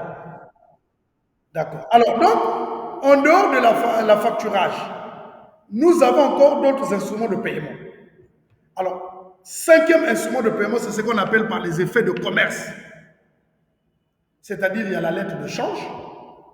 Elle est émise par l'exportateur, le tireur, qui lui permet de connaître la date d'échéance du règlement dès l'origine de la transaction. Donc, sur cette lettre d'échange, il y a ce qu'on appelle le tireur, le tiré et le bénéficiaire. Le tireur, c'est ce qu'on appelle l'exportateur. Le tiré, c'est l'importateur. Et le bénéficiaire, c'est la banque. Mais la banque de qui? La banque de qui? En réalité, c'est la banque de l'exportateur. Alors, sur le fait de commerce, qu'est-ce qu'on nous dit ici? Avantage. La lettre de change vaut ordre de paiement et fait foi en cas de litige. C'est vrai. Date de paiement clairement fixée à l'avance. C'est vrai. Possibilité d'escompter. Là, on revient encore sur le terme d'escompter. Ça veut dire que, comme c'est que l'autre a expliqué, ben écoutez, si c'est la date d'échéance, c'est 30 jours, le gars peut vous dire clairement que, bon, écoutez, si vous payez dans 15 jours, je vous accorde une remise. Dans la lettre d'échange, il y a des rubriques comme ça. Voilà un peu ce qu'il a dit. Le sixième instrument de paiement, c'est le chèque. Ah, moi, je ne vous conseille pas le chèque. En tout cas, ça, le chèque, c'est un instrument de paiement. Sur le plan international, je ne vous conseille pas le chèque. Je vous parle de ça parce qu'un jour, quelqu'un peut vous dire oui, il y a aussi le chèque. C'est vrai. Peut-être vous avez la confiance, mais le chèque, on dit à l'international, le chèque n'offre aucune garantie de paiement. Il n'y a pas de garantie. D'abord, même sur le plan national. Vous savez que même sur le plan national, le chèque n'apporte pas de garantie. Je veux vous illustrer quelque chose. Il y a une société où j'ai travaillé là-bas, à mes débuts d'expérience professionnelle. J'ai travaillé dans cette société. Alors, qu'est-ce qui se passe dans cette société? La société avait des distributeurs agréés. Ça veut dire que lui, le vend, il travaille avec des distributeurs qui font quoi? Qui distribuent ses produits. Alors, il a donné des contrats à chaque distributeur, il a donné aussi des avantages. Mais il y a quelque chose qu'il avait imposé aux distributeurs agréés. C'est-à-dire, chaque jour, vous devez payer, vous devez acheter la marchandise de 50 millions chez nous. Alors, qu'est-ce qui se passe? Et les distributeurs appliquaient ça. Et nous sommes tombés sur un distributeur qui était malin, plus malin que la société. Qu'est-ce qu'il faisait? Il venait payer la marchandise par chèque. Alors donc, quand il arrive, dans le système bancaire au Congo, la validation d'un chèque, pour que le chèque passe à la banque, on vous donne 72 heures. 72 heures veut dire 3 jours. 3 jours. Alors, qu'est-ce que le monsieur faisait? Il vient, il achète même 200 millions, la marchandise de 200 millions. Il a délivré le chèque de 200 millions. La société en caisse. Mais ce qu'on a eu à constater, c'est que quand la société, après 3 jours, la banque refoule toujours. Quand la société dépose le chèque, l'encaissement du chèque à la banque, 3 jours après, la banque refoule toujours le chèque. Oh. Et la banque dit, chèque refoulé par manque de liquidité. Donc on aime le compte du client là n'a pas de liquidité. Mais il a un chéquier. Ce qui veut dire que il veut vous payer, il dit non, ça c'est mon compte. Et quand la banque pour faire passer le chèque là, parce que c'est une transaction qu'il va faire. Il va que le chèque, oui, il vérifie dans le compte du client. Il va prendre maintenant l'argent dans le compte du client pour mettre dans le compte de votre société. Et on veut dire que le chèque est passé. Mais la banque faisait que refouler des chèques. Il refoule. Il refoulait des chèques. Mais la comptabilité, la trésorerie de la société, là où je travaillais, c'était une société de télécommunications, se rend compte que tout le temps, les chèques de notre client là sont refoulés. Et parfois, quand on refoule, et qu'est-ce qui se passe? On interpelle le client vient avec parfois la moitié des liquidités de ce qu'il a payé et de ce qu'il devait payer en espèces. On a eu un DAF, un directeur financier, donc le client, c'est ce qu'il faisait.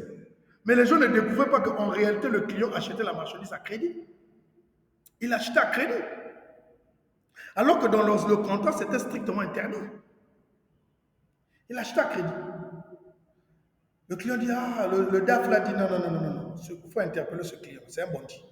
Lui, il achète à crédit.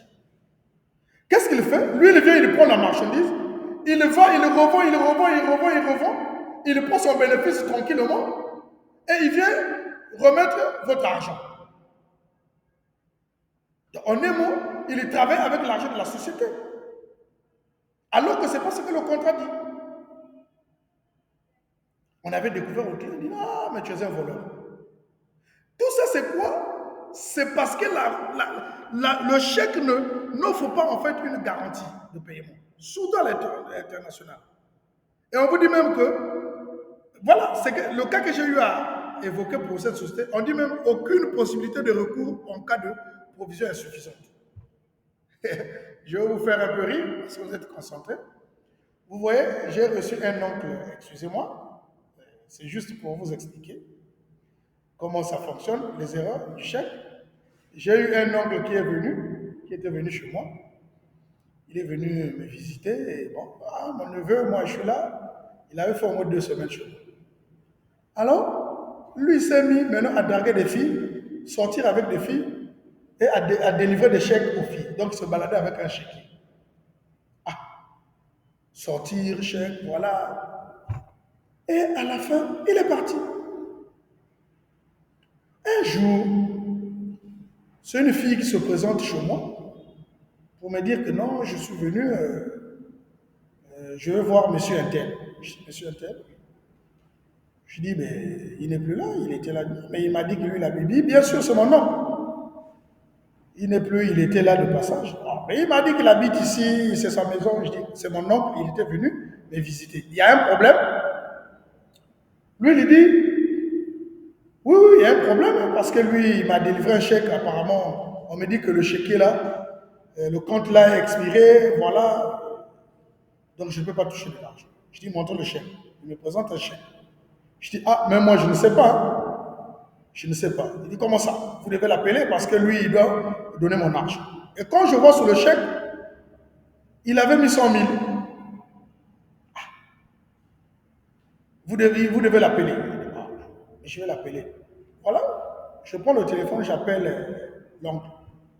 Je dis, ah, mais mon oncle, mais toi, il y a une personne qui est là. Vous l'avez délivré un chèque. Il me dit, non, oublie-moi ça. Excuse-moi, je vais te rappeler, je suis en réunion. Il coupe l'appel. Je dis, madame, vous avez suivi? Il a dit qu'il est en réunion. Il dit, ah, comment? Donc, lui, c'est un monteur. Ou c'est vous qui devez payer. Je dis, ah, mais madame, moi, je ne sais même pas où est-ce que vous avez commencé avec votre affaire. Comment je vais payer? Comment c'est à moi de payer? Donc, elle commençait à s'agiter un peu là-bas. Moi, j'étais en train de faire bouger la tête. Et c'est ce qui se passe, que ce soit dans la rue, que ce soit dans les entreprises. Faites extrêmement attention. Ce sont des méthodes que les arnaqueurs utilisent. Ça, c'est sur le plan national, local. Ça n'accorde aucune garantie. Mais vous croyez que c'est sur le plan international que ça va accorder une garantie? Non. Ça, je dis non. N'abordez pas ça. Mais je n'ai pas dit que le chèque est mauvais parce que c'est aussi un instrument de paiement qui peut passer. Moi, il y a beaucoup de nos fournisseurs qui nous payent par chèque. Alors, après, ce qu'on appelle les instruments de paiement, nous sommes ce qu'on appelle sur ce qu'on appelle les impayés, donc les instruments de recouvrement. Parce que sur le marché international, c'est aussi un problème. Souvent, les gens ont peur ou parfois vous êtes impayé. Comment retrouver, récupérer ou retrouver ou contacter un fournisseur pour qu'il vous paye? Généralement, sur le plan international, les gens auront peur même de payer à crédit, de vendre à crédit, c'est à cause de ça. Vous ne connaissez pas la personne, vous ne connaissez pas. Si sur le plan national, on a souvent des cas comme ça, là, mais à plus forte raison sur le plan international. Donc ici, nous avons fini avec les instruments de paiement, mais nous allons parler des instruments de recouvrement à l'international. Comment ça se fait? Sur le plan national, vous pouvez tout le temps vous multiplier les tours. Ça, si vous ne connaissez pas, demandez aux logeurs, ceux qui ont des propriétaires de maisons. Oui, s'ils constatent que tu ne payes pas son loyer, ben, un bon matin, vous allez le voir 6 heures devant votre porte. Il est là à multiplier les tours. Ça, c'est parce que vous êtes dans une même ville, vous êtes peut-être dans un même quartier, vous êtes... Donc voilà, bref. Mais sur le plan international, j'ai eu un cas comme ça. Je travaille avec une école en RDC, à Kinshasa. Bon, après un moment, je les accompagnais, après, pour payer, c'est maintenant des problèmes. Qu'est-ce que je vais faire? Donc, je vais traverser juste pour aller, mais au cas où je vais là-bas, ils ne sont pas là aussi. Vous voyez, je risque de perdre l'argent. Qu'est-ce que je vais faire? C'est là où je dis, mais au juste, moi je connais, c'est ma spécialité. J'ai des instruments de payer de recouvrement à distance. Et c'est ce que j'ai utilisé et que j'ai été payé. Même si j'ai perdu un pourcentage. Si on devait me payer peut-être 3 000 $, mais j'ai perdu 5 500 $ pour gagner 2 500 $. Ça m'arrange quand même. Donc, ces instruments-là de recouvrement, on va les voir. Alors, on nous dit ici, sans aide, le recouvrement à l'international s'apparente au parcours du combattant. Et évidemment, c'est pour cela qu'il y a des cabinets spécialisés dans le recouvrement international. Ces cabinets-là, ils disposent d'un réseau mondial de juristes. Un réseau mondial de juristes. Recouvrement à l'amiable ou par procédure judiciaire. C'est ce que ces cabinets-là font. Pour le marché unique, mise en place de l'ordonnance d'injonction de pays européens. Là, je vais vous prendre un exemple. Nous avons eu un cas ici, c'était un cas étatique, c'est l'État. On a eu un monsieur ici qui avait un marché, qui avait gagné un marché de l'État. Je ne sais même pas, je n'ai même pas besoin de savoir. Mais on dit toujours qu'il avait, c'était un sujet, je crois, on dit que c'est un Marocain qu'on appelait un certain Odjedj, comme ça, qui était ici, qui a eu à faire des marchés, qui a travaillé ici, mais qui n'avait jamais, soi-disant, entre parenthèses, payé. Donc l'État n'a pas payé. Ça veut dire qu'il a brusqué l'État, il a demandé, il a passé par les recours. L'État ne l'a pas payé. Alors, qu'est-ce qui s'est passé? Un jour, notre président voyage, mais l'information arrive que non, on a saisi l'argent de l'avion de notre président. Ah!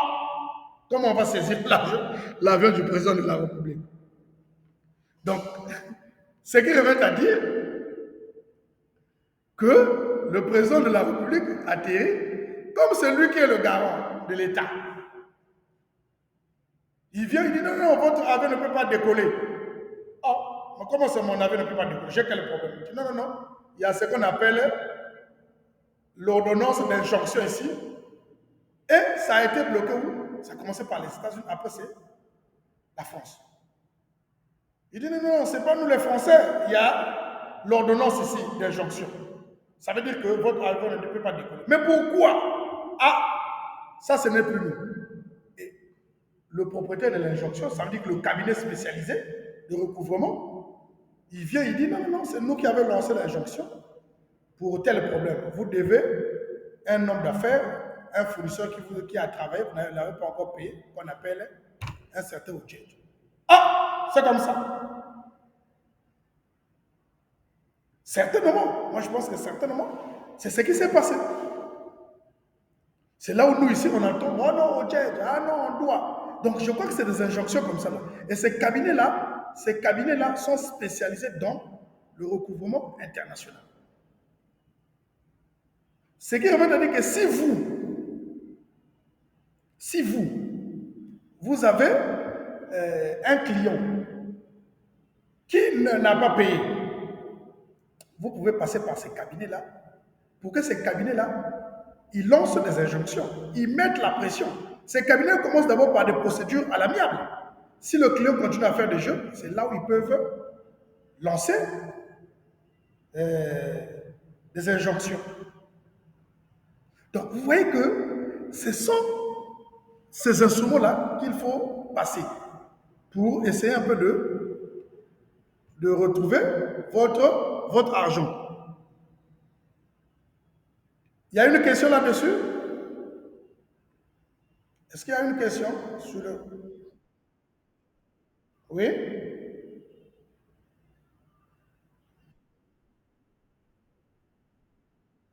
Bon, il y a des cabinets spécialisés.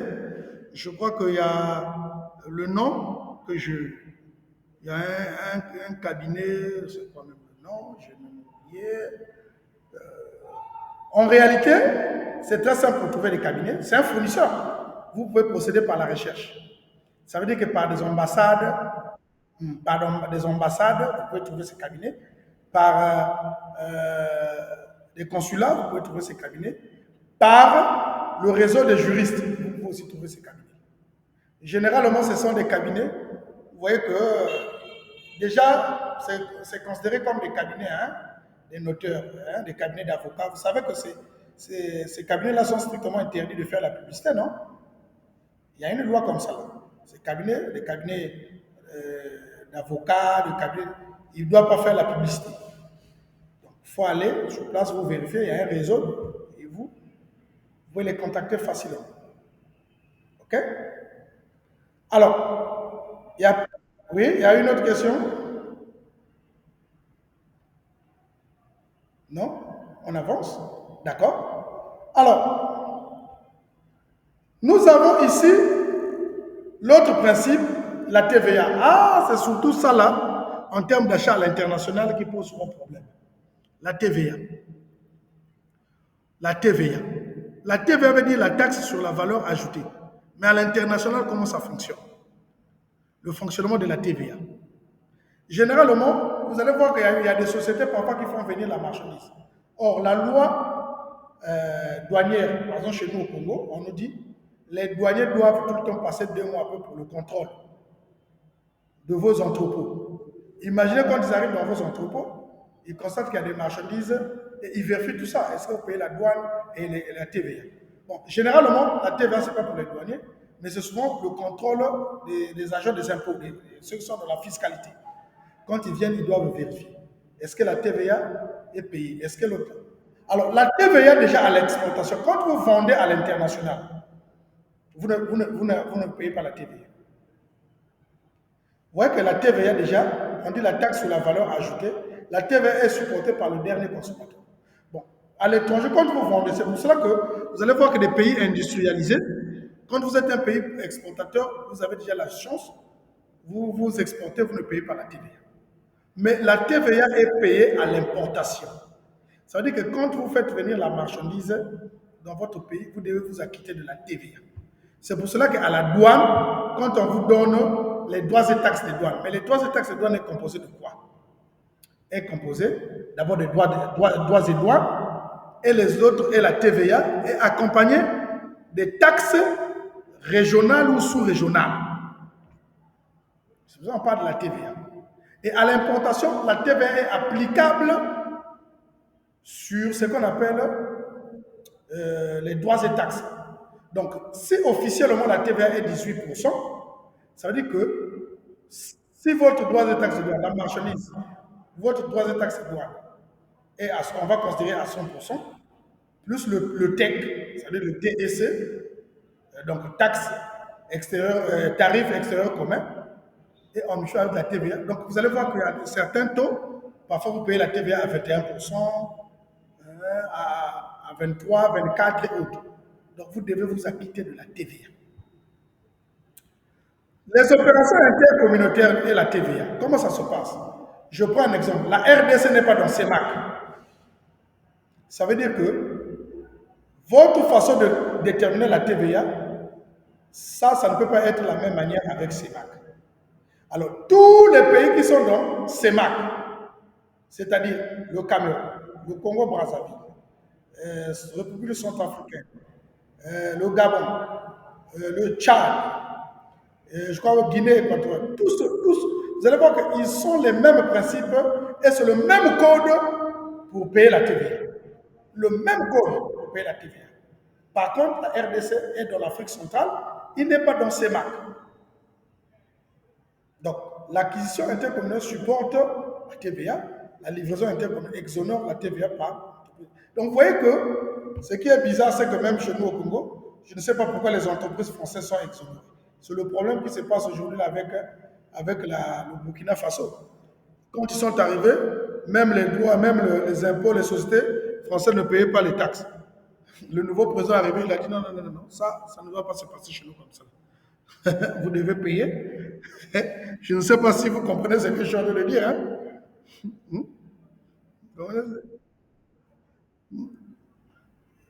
Oui, monsieur Paul veut dire quelque chose.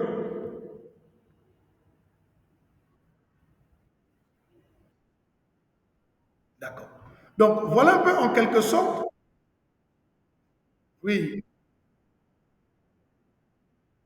oui,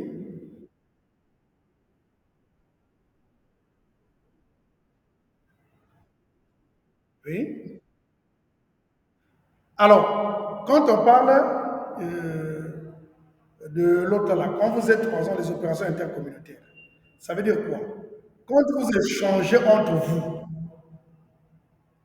est-ce que j'ai fait comprendre? Quand vous échangez entre les pays de la CEMAC, ça veut dire que vous êtes exonéré de la TVA. Ça veut dire que si le Congo achète au Cameroun, ça veut dire qu'il est exonéré de la TVA.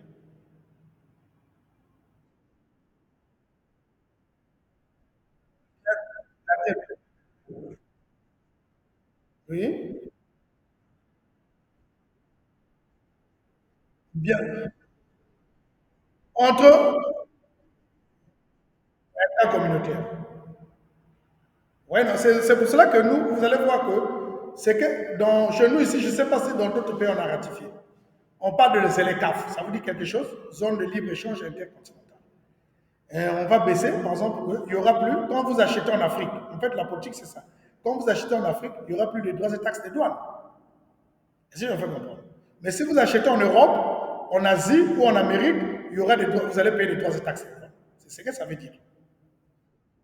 Donc, c'est juste une manière de faciliter, de promouvoir ou de motiver, n'est-ce pas, les échanges entre ces pays-là, communautaires, contre la TVA. Donc, la RDC, par exemple, s'il achète au Congo-Brazzaville, il doit payer la TVA. La RDC achète au Cameroun, il doit payer la TVA. Parce qu'ils ne sont pas dans ces marques. Est-ce que je fais comprendre? La RDC n'est pas dans ces marques. Mais par contre, le Cameroun peut acheter au Congo, il ne paye pas la TVA. Le Congo peut acheter au Cameroun. Mais s'il achète en RDC, s'il achète en Chine, il paye la TVA. Ça va?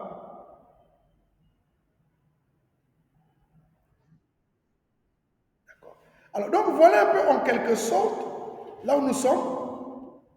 Alors, nous sommes arrivés au, au principe schéma de la procédure. C'est-à-dire que la livraison est l'étape qui suit en réalité l'achat. Vous avez un fournisseur d'un côté, vous avez le besoin, vous avez l'achat, le logiciel, la comptabilité, le DG. En réalité, dans une entreprise, celui qui achète, c'est le DG.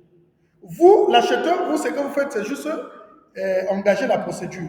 Parce que le paiement, c'est le DG qui doit donner le visa, la signature, pour qu'on paye. Donc, c'est lui qui paye.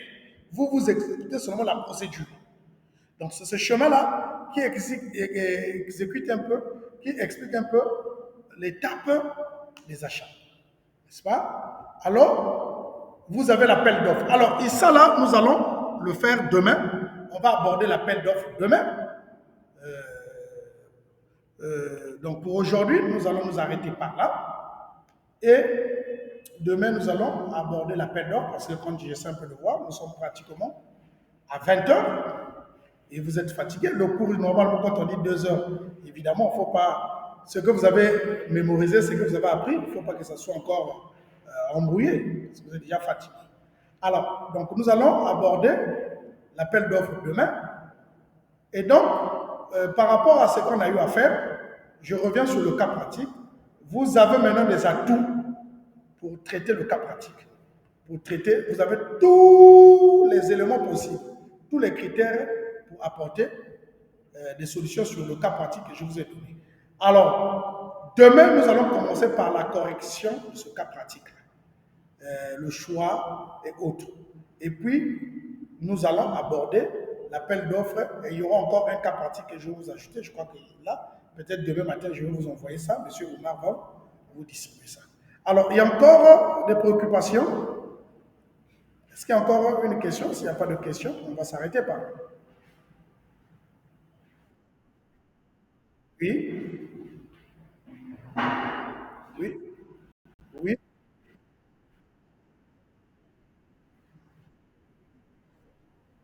très bien.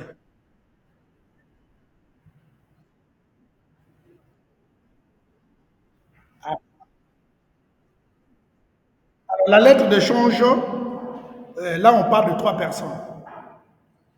De trois personnes. On parle du tireur et le bénéficiaire. Le tireur, c'est qui? C'est l'exportateur, donc le fournisseur. Le tiré, c'est qui? C'est l'importateur et le bénéficiaire, c'est la banque. Mais quelle banque? La banque de l'exportateur. Comment ça se passe? Quand vous arrivez à la banque, le document est déjà là. Ça veut dire qu'il y a déjà le formulaire. Vous devez remplir.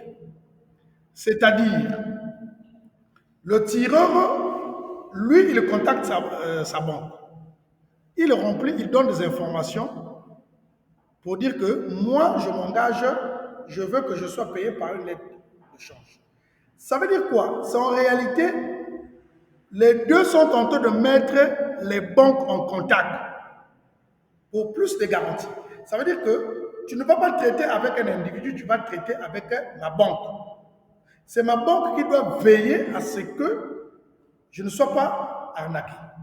Donc, c'est le fournisseur établit sa lettre de change là-bas. Le banquier doit vous dire ce qu'il faut remplir. Quand vous arrivez là-bas, le formulaire est là. Vous remplissez. Et c'est le banquier qui va prendre ce formulaire-là, envoyer à la banque de l'importateur. Dès qu'il envoie à la banque de l'importateur, la banque de l'importateur est saisie, il appelle l'importateur pour venir approuver. Ça veut dire que c'est que les clauses, c'est que le fournisseur veut. Et quand il approuve que oui, évidemment, c'est l'autre là, j'accepte il soit payé. Voilà mes références, voilà ta. Lui aussi, il valide. Dès qu'il valide, cette fois-ci, l'argent ne sera pas payé directement chez le fournisseur. Non. C'est le fournisseur, comment on appelle, la banque de l'importateur qui doit faire un dépôt. Ça veut dire qu'il doit transférer à la banque du fournisseur tout en se rassurant que la banque leur doit lui fournir des garanties possibles. Ça va, monsieur Bou?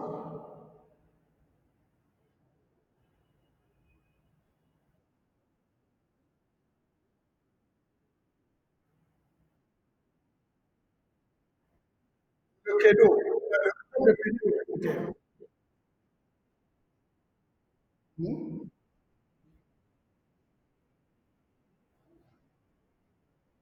Bon, généralement, la lettre de change va un peu partout.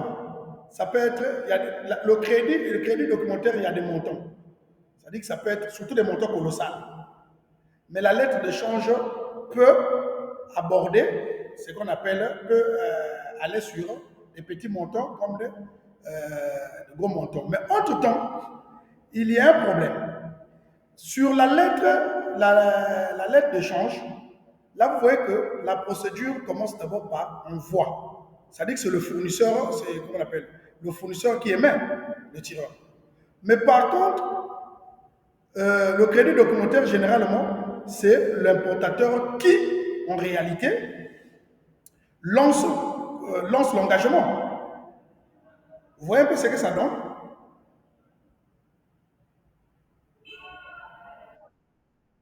D'accord. Alors, il y a monsieur Darly qui a levé la main. Monsieur Darly, on vous écoute.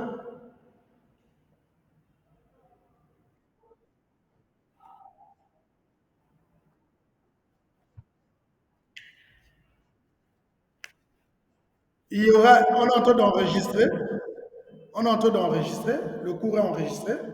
Donc vous aurez l'audio, monsieur Omar va vous envoyer l'audio. Vous allez suivre tout le cours. Tout est dans le cours, tout est enregistré. Ça va? Donc demain, vous devez, il y a l'audio d'avant-hier, il y a l'audio d'aujourd'hui, là, donc tout est là. Et si vous devez, moi je vous suggère de le suivre. Et à ce moment-là, l'audio, demain, et vous aurez des questions. Je crois qu'on vous a aussi, vous avez le cas pratique.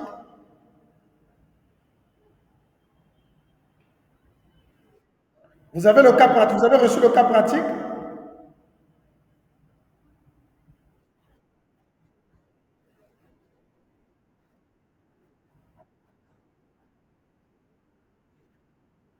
Donc, il faut voir avec M. Omar, il va vous envoyer le cas pratique. C'est bon? D'accord. Merci. Mais vous aurez l'audio. Tout le cours est ça a été enregistré, donc tout est là. Vous pouvez vous connecter, vous pouvez suivre le cours. Même, il faut voir avec M. Omar, il va vous transférer ça. Alors, il n'y a plus de préoccupation. Il n'y a plus d'autres préoccupations. Si quelqu'un a une question, il peut poser la question. Oui, M. Paul?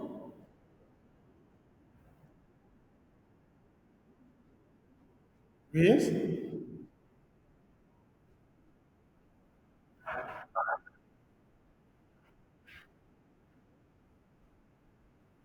Vous allez le recevoir.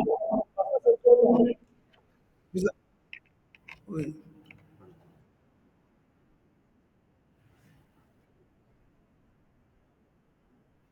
oui, oui, oui.